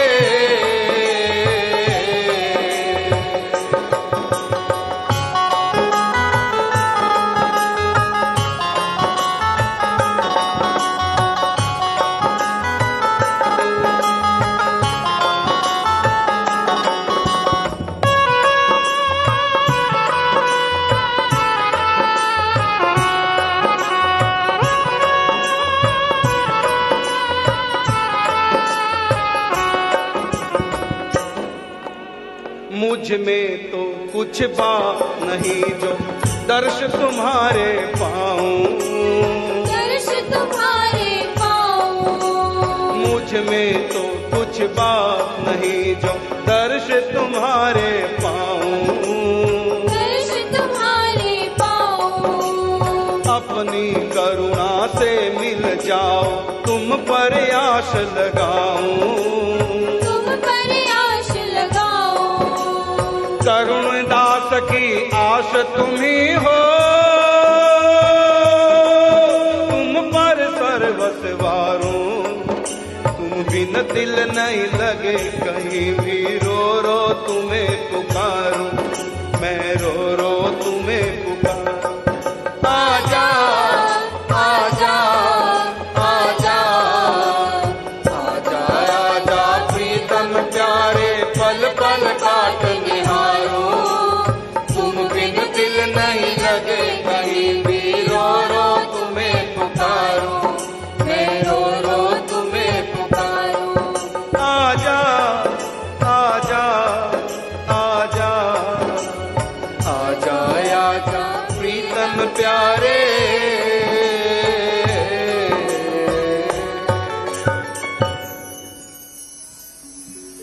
दोनों तरफ विरह, दोनों तरफ साधना चल रही है, दिन महीनों नहीं बरसों बीत गए, दोनों व्याकुल। इधर एक खेल हुआ, क्या? एक दिन राज भोग आरती कर विप्र बैठ गए चिंतन में, भगवान को भोग लगाया, फिर भोग उसारा, फिर भगवान को दोपहर को विश्राम करा दिया। चौकी पर भगवान की प्रसादी थाली रखी है, नियम था इस समय चिंतन करना। चिंतन आंख बंद करके ब्राह्मण विष्णु दास जी कर रहे थे। एक दिन राज भोग आरती कर विप्र बैठ गए चिंतन में, हरि प्रसाद की चोरी हो गई, देख हुआ अचरज मन में। एक खेल हुआ, प्रसाद की चोरी हो गई। भोजन नहीं बनाया, दोबारा से भोजन नहीं बनाया, क्योंकि इन्होंने नियम ले रखा था कि अपने ठाकुर जी को भोग लगा के भोजन करना है। अब भगवान को भोग लग चुका है, भगवान तो विश्राम में है, दो बार भोग लगता नहीं, भगवान विश्राम में, दोबारा बनाए तो बिना भोग लगाए ग्रहण नहीं कर सकते। चलो कोई बात नहीं। और ये 24 घंटे में एक बार भोजन करते थे, अब दोबारा भोजन बना नहीं सकते क्योंकि भोग लगेगा नहीं और बिना भोग लगाए ग्रहण नहीं करना, भूखे। भोजन नहीं बनाया क्योंकि दूजी बार ना भोग लगे बिन भोजन करना, वैष्णव जन को दोष लगे। गया 24 घंटे बाद भोजन, 24 घंटे बाद फिर भोग लगाया, आरती हुई, पर्दा लगाया और भोग उसार के बाहर चौकी पर फिर अपने चिंतन में बैठे। और जब चिंतन करके आंख खोली, देखा फिर भोजन गायब। 1 दिन, 2 दिन, 3 दिन, 4 दिन, 5 दिन, 6 दिन, 7 दिन बीत गए। 7 दिन से विष्णु दास ब्राह्मण ने कुछ नहीं खाया। उधर भी राजा ने भोजन त्याग दिया, इधर इनका भी भोजन अपने आप ही त्यागा गया। बिना भोग लगाए खाना नहीं, दोबारा भोग लगाना नहीं। 24 घंटे में एक ही बार दोपहर को प्रसाद ग्रहण करना था। 7 दिनों तक इसी तरह से होने लगी रोज चोरी। सोचा कल चिंतन नाटक कर देखूंगा चारों ओर। अब तो कल मैं आंख बंद करके नाटक करूंगा चिंतन करने का। थोड़ी थोड़ी आंखें खोल के देखता रहूंगा कि चौकी से भोजन कौन चुराता है भगवान का प्रसाद। फिर अगले दिन वह नाटक करके बैठ गया होशियारी से। देखा एक दुर्बल सा बूढ़ा घिरा हुआ लाचारी से। देखा उस समय चोरी से एक बिल्कुल वृद्ध, नंगे पांव फटे थे कपड़े, दीनहीन था मैला तन। थाल चुरा जब लगा भागने, देख दया भर आई मन। स्वयं 7 दिनों से भूखे ब्राह्मण देवता। आजकल इनका अभ्यास चल रहा था क्या कि सबके भीतर भगवान है। सोचा ये भी मेरे भगवान है, भूखे थे। हालत देख करके, हुलिया देख करके, फटीचर हालत देख करके पता चल गया पेट पीठ से चिपका था, कई दिन से इन्होंने भी कुछ खाया नहीं। ये भी मेरे प्रभु के रूप हैं, कोई बात नहीं, ले गए। 7 दिन से खा रहे थे। तो जब देखा कि वो दरिद्र ले जा रहा था चुरा करके, वहीं पर घी का कटोरा भी रखा था। बोरे वाली कटोरी तो ले गया, लेकिन घी की कटोरी बगल में रखी रहेगी चौकी पर। इन्होंने घी का कटोरा उठाया, विष्णुदास ब्राह्मण ने कहा, विप्र ने घी तो रह गया, इसको भी लेते जाना। हरि प्रसाद को बड़े प्रेम से बैठ यहीं पर ही पाना। यों कहकर घी का बर्तन ले दौड़ पड़े उनके पीछे। भाग न सका डरा सा बूढ़ा, मूर्छित तो हो गिर गया नीचे।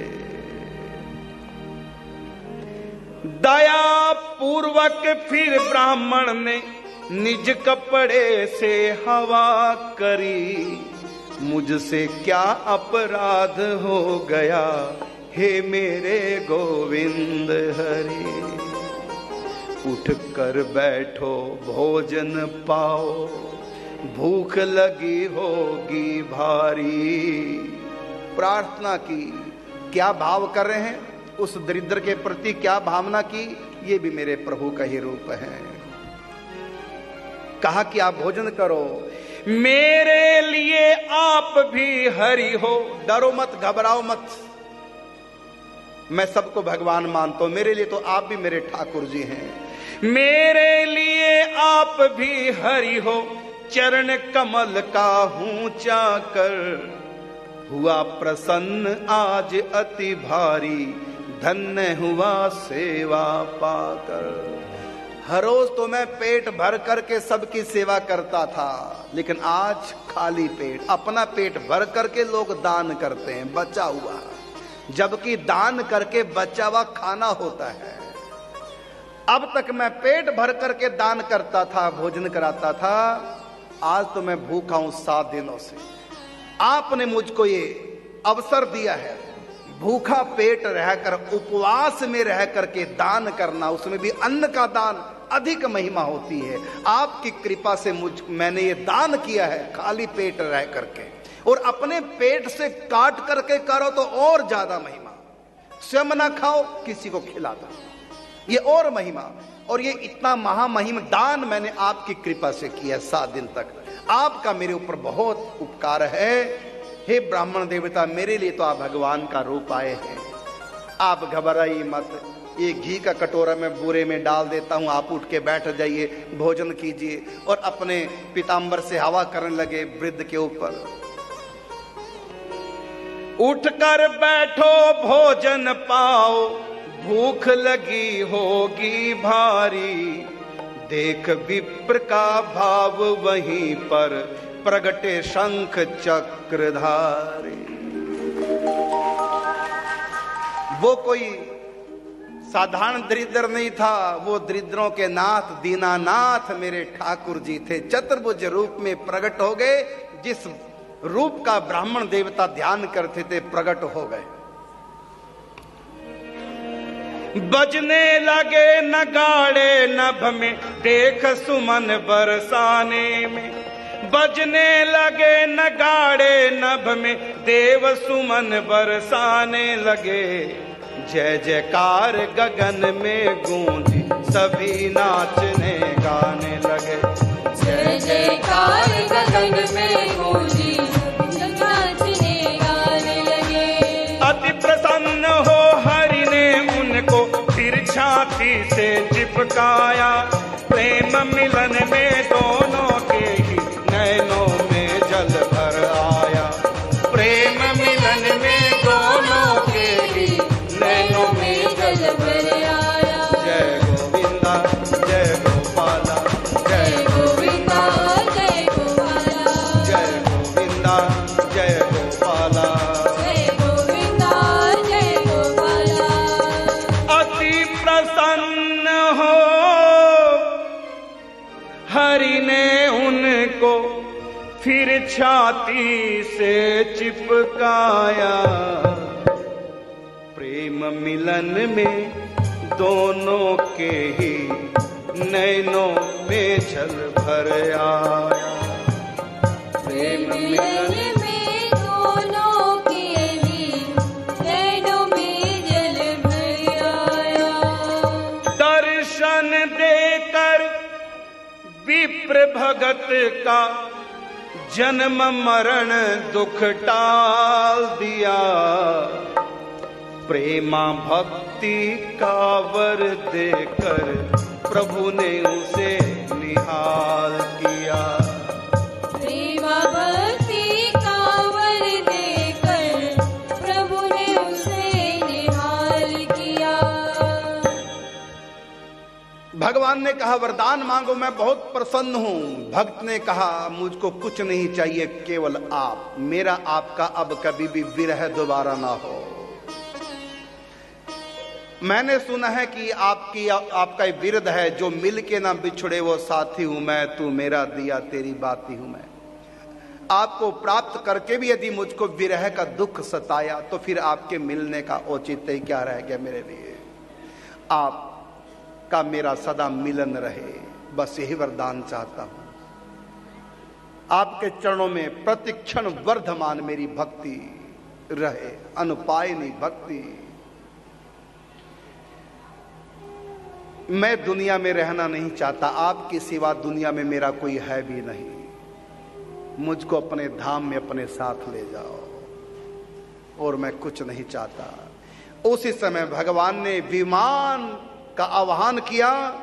भगवान का विमान आया, 4 पार्षद सबके चतुर्भुज रूप। भगवान ने कहा बैठी विमान में। भगवान कहकर अंतर्धान हो गए, और ब्राह्मण देवता दिव्य देह धारण करके विमान में बैठ जाते हैं। और भगवान के पार्षद विमान को किधर से ले जा रहे हैं? जिधर यज्ञ किया जा रहा था, महाराजा जिधर यज्ञ कर रहे थे, वो भी रो रो करके प्रार्थना कर रहे थे भगवान से, मुझको कब दर्शन होंगे। आयु बीती जा रही है, हार जीत वाली बात तो रही नहीं, अब तो विरह व्याप रहा है भगवान का। और ऊपर देवी देवता जय जयकार कर रहे हैं। फूलों की वृष्टि विमान के ऊपर, फूल यज्ञ मंडप में पड़े, सबकी दृष्टि गई है। शंख नगाड़े कहां बज रहे हैं, सबने देखा। मुदगल राजा ने, मुदगल ऋषि ने कहा राजा से, राजा चोल से कहा, राजन देखो विप्र देवता भगवान के विमान में बैठे हुए वैकुंठ को जा रहे हैं। आप हार गए, विष्णुदास ब्राह्मण जीत गए। इधर भूप को पता चला जब दुख हुआ मन में भारी, हरि दर्शन बिन जीना कैसा, यूं ही आयु गई सारी। हरि दर्शन बिन जीना कैसा, यूं ही आयु गई सारी। विमान तो गया विष्णुदास ब्राह्मण को लेकर वैकुंठ में। इनके हाथ से जो समिधा थी छूट गई, जो हवन कर रहे थे स्वाहा स्वाहा छूट गया। व्याकुल हो गए, रोने लगे। जो कुछ करना था हरि के लिए, वो सब मैंने काम किया। अब तो मरना शेष रह गया, ये भी उनके नाम किया। जब प्रभु को स्वीकार नहीं मैं, फिर जी कर क्या करना है। यज्ञ दान तप काम न आया, अब तो मुझको मरना है। राजा चोल तुरंत उठे फिर, यज्ञ कुंड में कूद पड़े। ये आत्महत्या नहीं बोलते इसको, इसको बोलते हैं आत्म उत्सर्ग।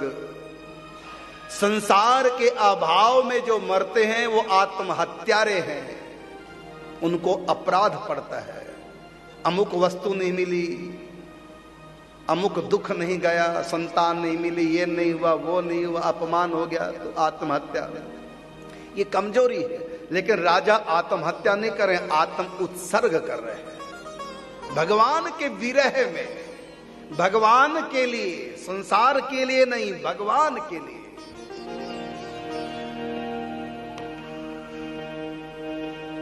राजा चोल तुरंत उठे फिर, यज्ञ कुंड में कूद पड़े। देखा शंख चक्र ले उसके सन्मुख श्री गोविंद खड़े। आग प्रज्वलित थी, यज्ञ अग्नि, उसमें कूद पड़े। लेकिन उसी समय यज्ञ की जो अग्नि थी वो एकदम समाप्त बंद हो गई, और उसके स्थान पर भगवान श्री नारायण चारों हाथ आगे करके गोद में उठा लिया, गिरने नहीं दिया कुंड में।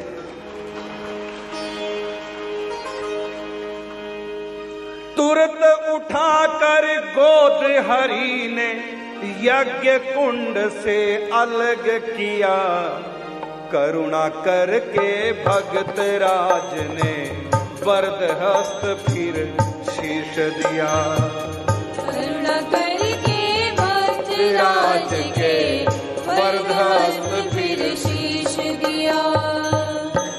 बोले हरि हे राजन तुमने मेरी सच्ची भक्ति की। बोले राजा हाथ जोड़कर क्यों फिर इतनी देरी की। भगवान ने उनको तुरंत गोद में लेकर बाहर खड़ा कर दिया और कहा, मैं तुम्हारी भक्ति पे बहुत प्रसन्न हूं, तुम्हारी सच्ची भक्ति थी। भक्त नाराज हो गए, राजा चोल नाराज हो गए। यदि मेरी सच्ची भक्ति थी, स्वयं आप प्रमाण पत्र दे रहे हैं मेरी भक्ति की सच्चाई का, जब मेरी भक्ति सच्ची थी तो ये देरी क्यों की? विष्णुदास ब्राह्मण के पास पहले, मेरे पास बाद में, आपने देरी क्यों की? भगवान ने कहा देरी नहीं की, एक कमी थी तुम्हारी भक्ति में। क्या? थोड़ा सा अहम था। बस उस अहम के टूटने में देरी, वो भी तुमसे नहीं टूटा, मैंने तोड़ा। प्रभु आपने मेरा अहम कैसे तोड़ा? तुम्हारे अहम को तोड़ने के लिए मैंने पहले विष्णुदास को दर्शन दिया, जिससे तुम्हारा अहम टूटे। और उनको देख करके, उनके कल्याण को देख करके जो ही तुम्हारा अहम टूटा और मैं आया। बोले प्रभु इस देरी का भी केवल तुम ही थे कारण, भक्ति में इस धन वैभव का गर्व किया क्यों, गर्व किया था क्यों धारण। ब्राह्मण था अति दीन कृपाश्रित, शुद्ध सत्व गुण था मन में, प्रेम भाव भक्ति के कारण देर नहीं हुई दर्शन में। उनको पहले दर्शन दिए, उनके भीतर दीनता थी, कृपाश्रित थे। और तुम्हारा अभिमान भी तोड़ना था। 56 भोग त्याग विदुरानी के घर क्यों छिलके खाए। राजन तुम जानते हो ना, 56 भोग त्याग करके विदुरानी के घर छिलके खाए। 56 भोग त्याग विदुरानी के घर क्यों छिलके खाए। भूल गए क्यों सबरी माँ को जिनके बेर कंद भाए।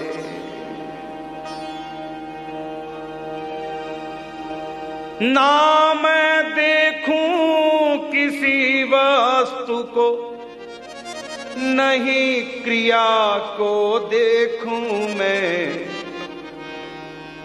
वस्तु क्रिया से अधिक भक्त के भक्ति भाव को देखूं मैं क्रिया से पकड़ में नहीं आता, न ही वस्तु से पकड़ में आता हूं। मैं आता हूं वस्तु क्रिया के पीछे भाव क्या है, वस्तु अर्पण करने के पीछे, क्रिया के कर्म के पीछे भाव क्या है। मैं ये नहीं देखता कौन क्या कर रहा है, मैं ये देखता हूं क्यों कर रहा है, किस लिए कर रहा है, भाव क्या है। क्रिया वस्तु का गर्व त्याग कर जब तुम दीन बने सच्चे, उसी समय में प्रकट हो गया अब तुम नहीं रहे कच्चे।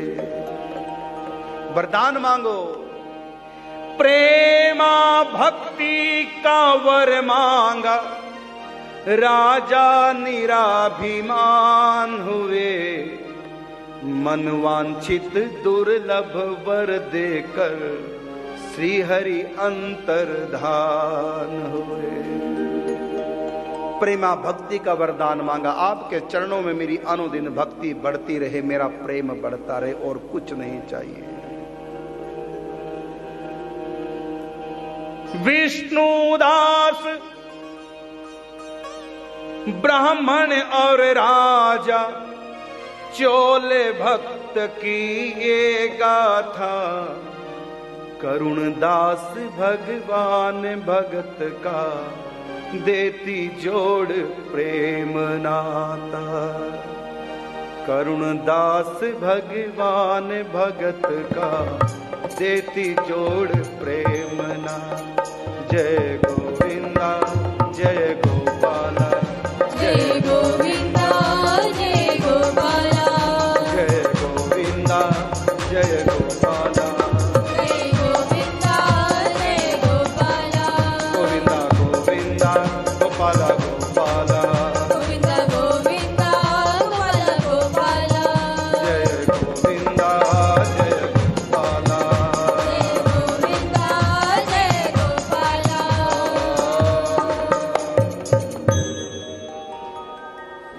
कथा हमको सिखाती है, विष्णुदास ब्राह्मण और राजा चोल की ये कथा हमको सिखाती है, भगवान भाव देखते हैं, प्रेम देखते हैं। बस अभिमान का त्याग करके, दीनता धारण करके,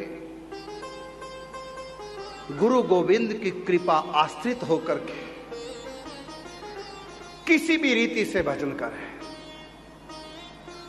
हम निर्धन हैं तो बिना धन की भी पूजा सेवा होती है। राजा की तरह अमीर है तो अमीरी में भी ठाट बाट से भगवान की सेवा पूजा होती है। लेकिन इन सब के पीछे यदि भक्ति, भावना, शरणागति, समर्पण, दीनता, निराभिमानिता, तो फिर हमारी दोनों प्रकार की भक्ति, चाहे हमने गरीबी में पत्र पुष्प अर्पण किए हैं, चाहे अमीरी में ठाट बाट से यज्ञ याग बड़े बड़े कार्यक्रम किए हैं, भाव उत्तम होना चाहिए। भाव का भूखा हूं मैं, भाव ही एक सार है, और भाव से मुझे बजे तो भव से बेड़ा पार है। फिर भी कोई अवगुण है, जैसे राजा में अवगुण था, दीनता नहीं थी, थोड़ा अभिमान था, फिर भी राजा भक्ति करते रहे, भले अभिमान था। तो जो भक्ति करता रहता है उसके अभिमान को, उसकी कमियों को, उसकी त्रुटियों को भगवान पूरा करते हैं, उनकी जिम्मेदारी है।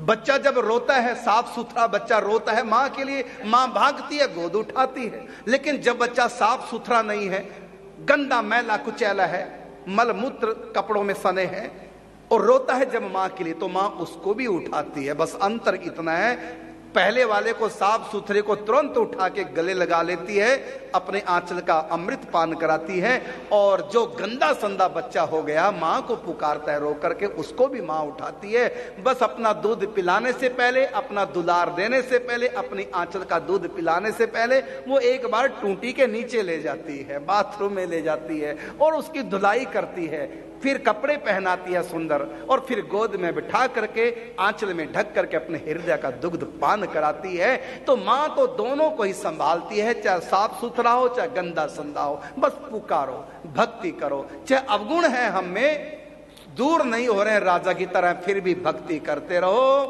भक्ति की कृपा से अपने आप ही जीवन सुधरेगा, अपने आप ही कमियां दूर होंगी। कहा ना, ए गुण साधन ते नहीं होई, और तुम्हारी कृपा पाव कोई कोई। तो सद्गुणों का हम आगार बने, अवगुण जाएं, ये भगवत कृपा से ही संभव है। ए गुण साधन ते नहीं होई, तुम्हारी कृपा पाव कोई कोई। और फिर एक दोनों में कॉमन बात थी कि ज्यों ज्यों उन्होंने भक्ति की, निर्धन ने गरीबी में सेवा की, और धनी ने ठाट बाट से भगवान की सेवा की। भगवान की भक्ति, पूजा पाठ अपनी समर्थ के अनुसार दोनों कर रहे थे, और धीरे धीरे भक्ति ने दोनों को पवित्र किया। राम नाम की साबुन से जो मन की मैल मिटाएगा, निर्मल मन के दर्पणे में वो राम के दर्शन पाएगा। सुमरिये नाम रूप बिन देखे, आवत हृदय सन्हे विसेखे। सुमरिन करो, भजन करो, भजन के बल से धीरे धीरे पापों का खाता रद्द होगा, अवगुण जाएंगे। कहा कि भजन कर तो ऐसा कर, भजन करने की हद कर दे, भजन के बल से यमराज का खाता भी रद्द कर दे। सुमरिये नाम रूप बिन देखे, ध्यान नहीं लगता मत करो, नाम जाप करो। नाम जाप की कृपा से क्या होगा? भक्ति की कृपा से मन पवित्र होगा। जो जो मन पवित्र होगा, भगवान के प्रति लगाव होता चला जाएगा। दोनों रोए फिर प्रेम में भगवान के, क्योंकि भगवान के प्रेम में आंखों में आंसू ऐसे नहीं आते जब तक हृदय पवित्र ना हो जाए। और दोनों का विरह था, दोनों रोए। तो भगवान की प्राप्ति होगी प्रेम से। मिला ही ना रघुपति बिन अनुरागा। और ये अनुराग कैसे होगा? चित्त पवित्र कीजिए भजन के द्वारा।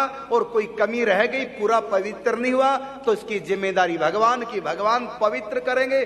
चाहे तो विष्णुदास की तरह पवित्र हो जाए, भगवान आएंगे। और इधर नहीं हुआ, थोड़ा अहंकार का बीज रहा, तो उसको भगवान दूर करेंगे और अंत में भगवान अपनाएंगे। बस भजन करो। यदि आप धीरे धीरे भजन करेंगे, धीरे धीरे क्या होगा? तुम पर दिल आ गया हे मेरे शाह, अब तो दुनिया पे दिल, एक दिल के टुकड़े हजार हुए, कोई इधर गिरा कोई उधर गिरा। और जब भजन करके मन को पवित्र करोगे तो क्या होगा, यही कहोगे, तुम पर दिल आ गया हे मेरे श्याम, तुम पर दिल आ गया हे मेरे श्याम। चैन न आए एक पल मुझको रटूं तुम्हारा नाम, तुम पर दिल, तुम पर दिल, तुम पर दिल आ गया हे मेरे श्याम, तुम पर दिल आ गया हे मेरे श्याम।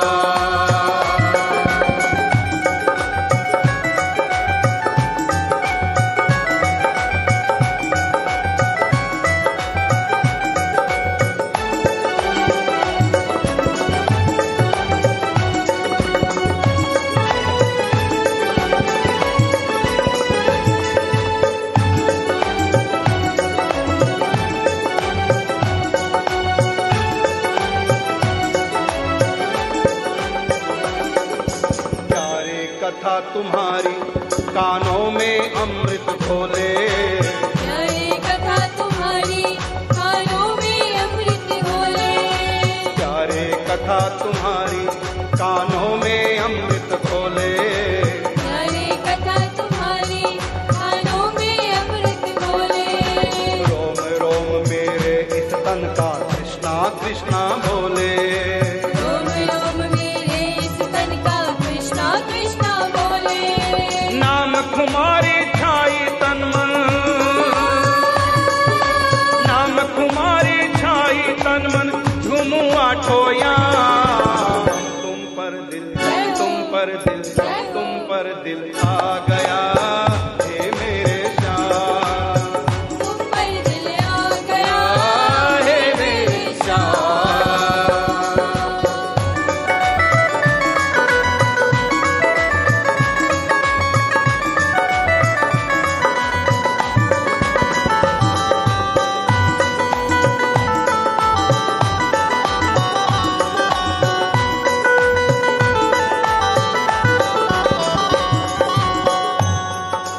चांद सा मुखड़ा तेरा और मेरे नैन चको, चांद सा मुखड़ा तेरा और मेरे नैन चकोर। चांद सा मुखड़ा तेरा, हाँ तेरा, हाँ तेरा, चांद सा मुखड़ा तेरा और मेरे नैन चको, चांद सा मुखड़ा तेरा और मेरे नैन चकोर। रहूं देखता निज दिन पल पर प्यारे नंद किशोर, प्रभु देखता निज दिन पल पल प्यारे नंद किशोर। नैन कटोरे भर भर पीऊं,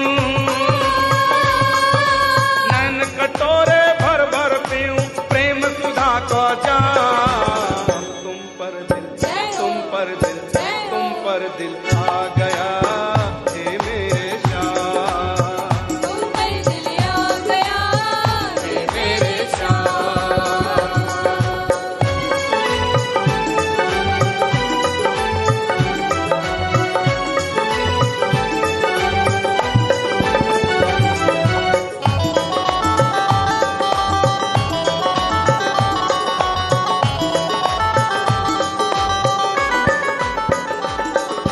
मंद मंद मुस्कनिया, मुस्कनिया, मुस्कनिया, मंद मंद मुस्कनिया और मीठे मीठे बैन, मंद मंद मुस्कनिया और मीठे मीठे बैन। बाकी भ्रिगुटी चितवन बाकी अति कजरारे नैन, बाकी भ्रिगुटी चितवन बाकी अति गजरारे नैन। दिल में बस गई शाम सुरतिया, दिल में बस गई शाम सुरतिया, छवि अति ललित लला, तुम पे दिल, तुम पर दिल, तुम पर दिल आ गया हे मेरे श्याम, तुम पर दिल आ गया हे मेरे श्याम।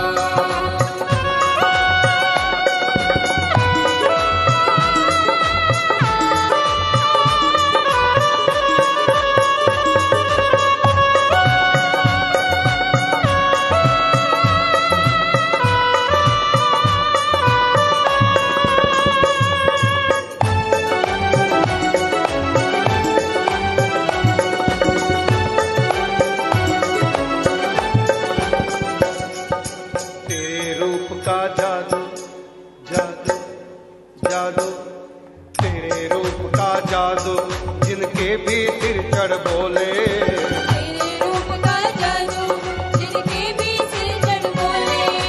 तेरे रूप का जादू जिनके भी सिर चढ़ बोले। तेरे रूप का जादू जिनके भी सिर चढ़ बोले। सबकी नजरों से हो जाता पागल होले होले। सबकी नजरों से हो जाता पागल होले होले। नहीं किसी के रहा काम का, नहीं किसी के रहा काम का, करुण दास बेकार। तुम पर दिल, तुम पर दिल, तुम पर दिल आ गया हे मेरे श्याम। तुम पर दिल आ गया हे मेरे श्याम। चैन न आए एक पल मुझको,